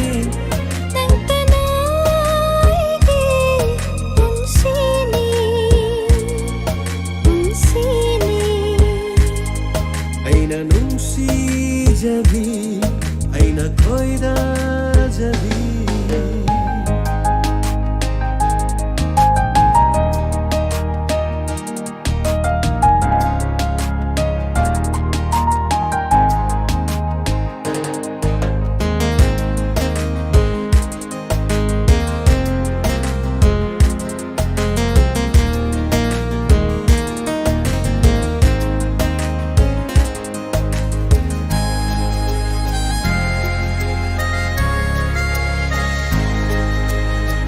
nusiba mai tho ying la ga azaba heli asum asum nusiba satam ying la ga azaba heli asum asum nangu nusirubai oiramale nangu yeningduna talaire nangu nusirubai oiramale nangu yeningduna talaire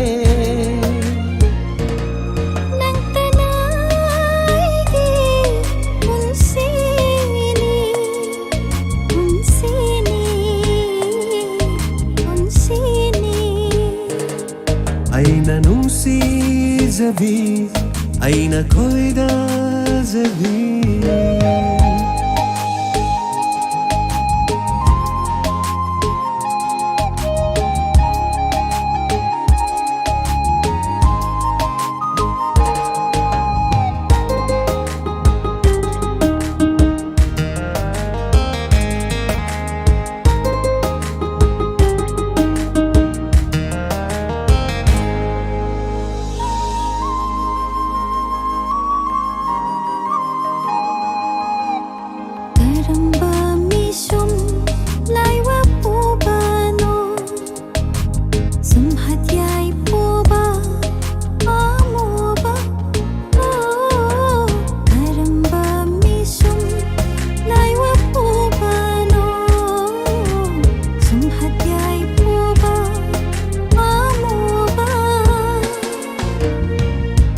Nabi nangi maito wairau nabi nangi misna waida nabi nangi maito wairau nabi nangi misna nangi wahida ngaurabini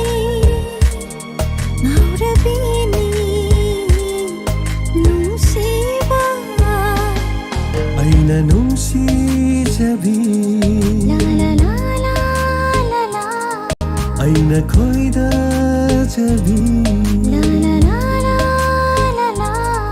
aina nusizabi aina nusizabi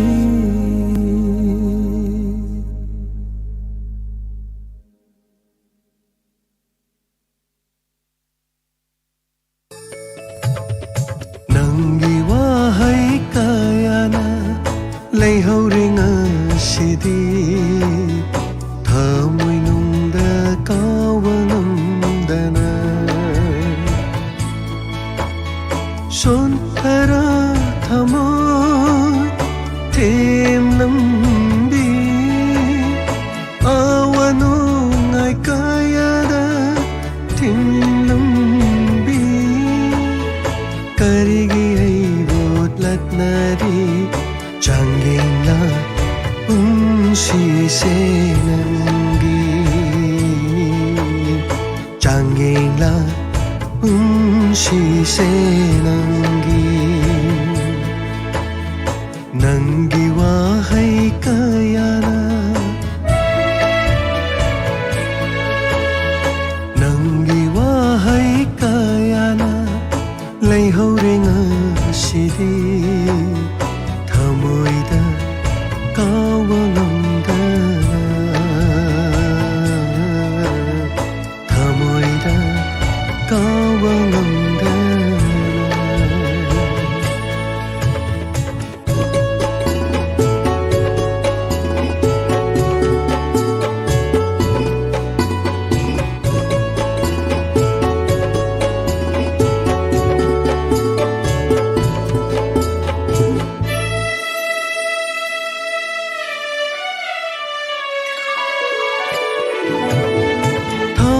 Shingamde Timjimba Makol tok na kaplari ngasidi Tamoy singamde Timjimba Makol tok na kaplari ngasidi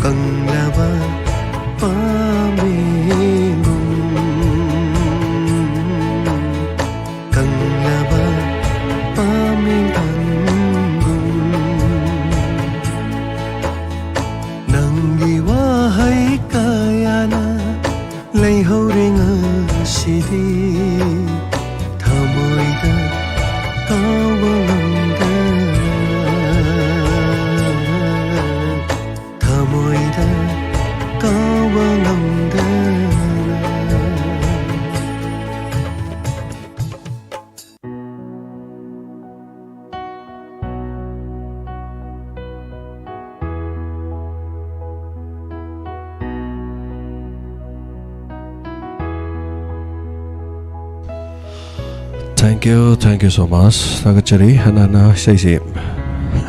makak thage haraga ama mutharu degi ama then ama degi ama haidare. Thank you so much. Thank you for the tabiri bising pung di dum thinga banina. Say budi dum thaba dum yari pung adubu yamno thinge haidare. Adar mayam gi yengjarga aroibe thakisira lepasira. Mayam the Tabasi dum hung either. Saying with the Tabi Bangasi, 247 gi yang kanda. Takisira. Targumsira. Arangwa Matasira. Romantic Ubam Tasira. Karamatasi. So, choice is yours. Yes, Gunita. Amatanga Devdas Rang team. Thank you so much. Tajaraki Semadang.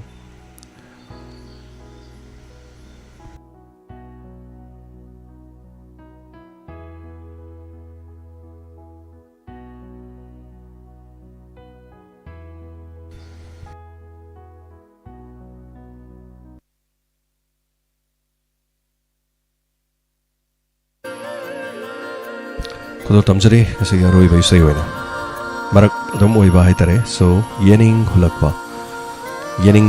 patharuraba tatluraba thazakidraba kangane na khaluraba adubu yening hulakpa kudol tamjari sei se khul me ham yening hulakle ai gita muse nangi nungsi satam urubada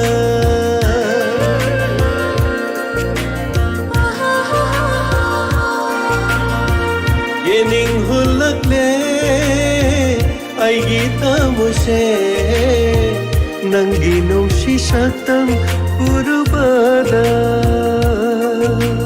tapthaba ngamlaktare aigi pukningse athaba ngamlaktare aigi wakhalse nangi saktamna yakai hallare nangi saktamna yakai hallare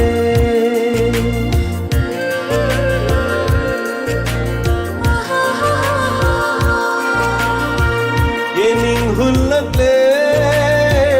aigi kamuse nangi nungsi satam urubada nangi nungsi satam urubada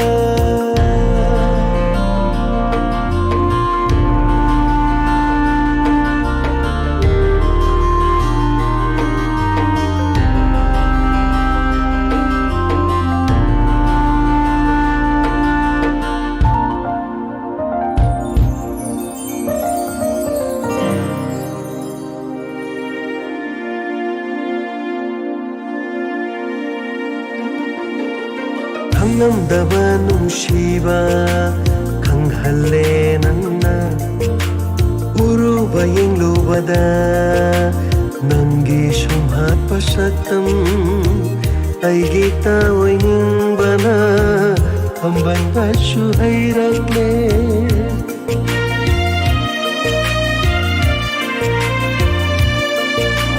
ꯈꯪꯂꯝꯗꯕ ꯅꯨꯡꯁꯤꯕ ꯈꯪꯍꯜꯂꯦ ꯅꯪꯅ ꯎꯔꯨꯕ ꯌꯦꯡꯂꯨꯕꯗ ꯅꯪꯒꯤ ꯁꯨꯝꯍꯠꯄ ꯁꯛꯇꯝ ꯑꯩꯒꯤ ꯇꯥꯑꯣꯏꯅꯤꯡꯕꯅ ꯄꯝꯕꯟꯕꯁꯨ ꯍꯩꯔꯛꯂꯦ ꯃꯤꯀꯨꯞ ꯑꯃꯠꯇꯁꯨ ꯀꯥꯎꯕ ꯉꯝꯗꯔꯦ ꯃꯤꯀꯨꯞ ꯑꯃꯠꯇꯁꯨ ꯀꯥꯎꯕ ꯉꯝꯗꯔꯦ ꯅꯪꯕꯨ nangu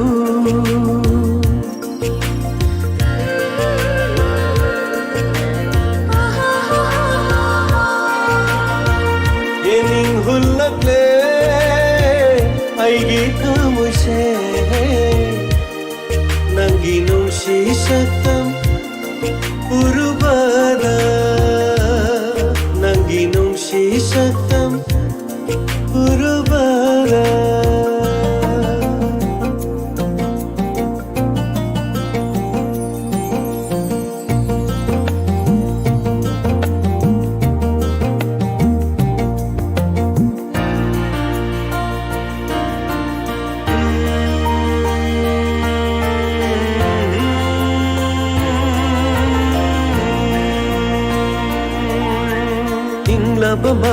malang shahuna umlakpada nungsi irikna jothalle aigi hachang se nangi athang amabu pangnaba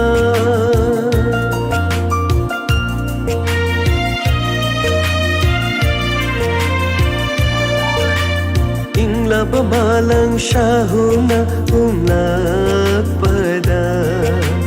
nungsi irikna jothalle aigi hachang se nangi athang amabu pangnaba amoy isi thokduna pirage nafamda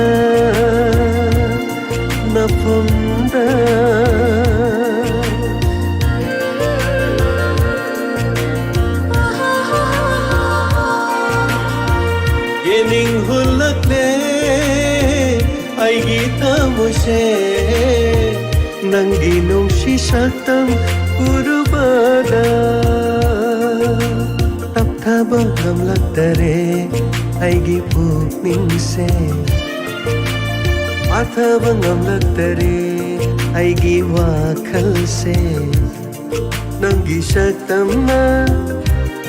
yakai hallare nangi saktamna yakai hallare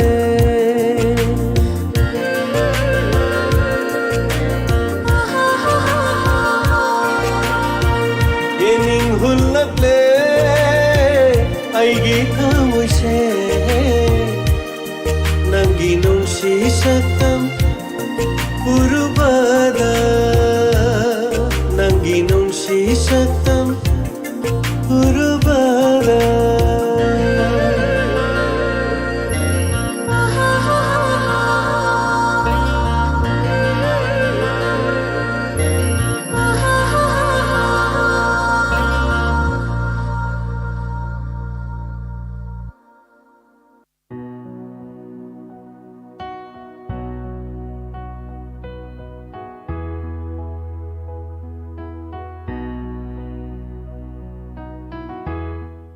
Thank you so much. 다같이 보너막 모두가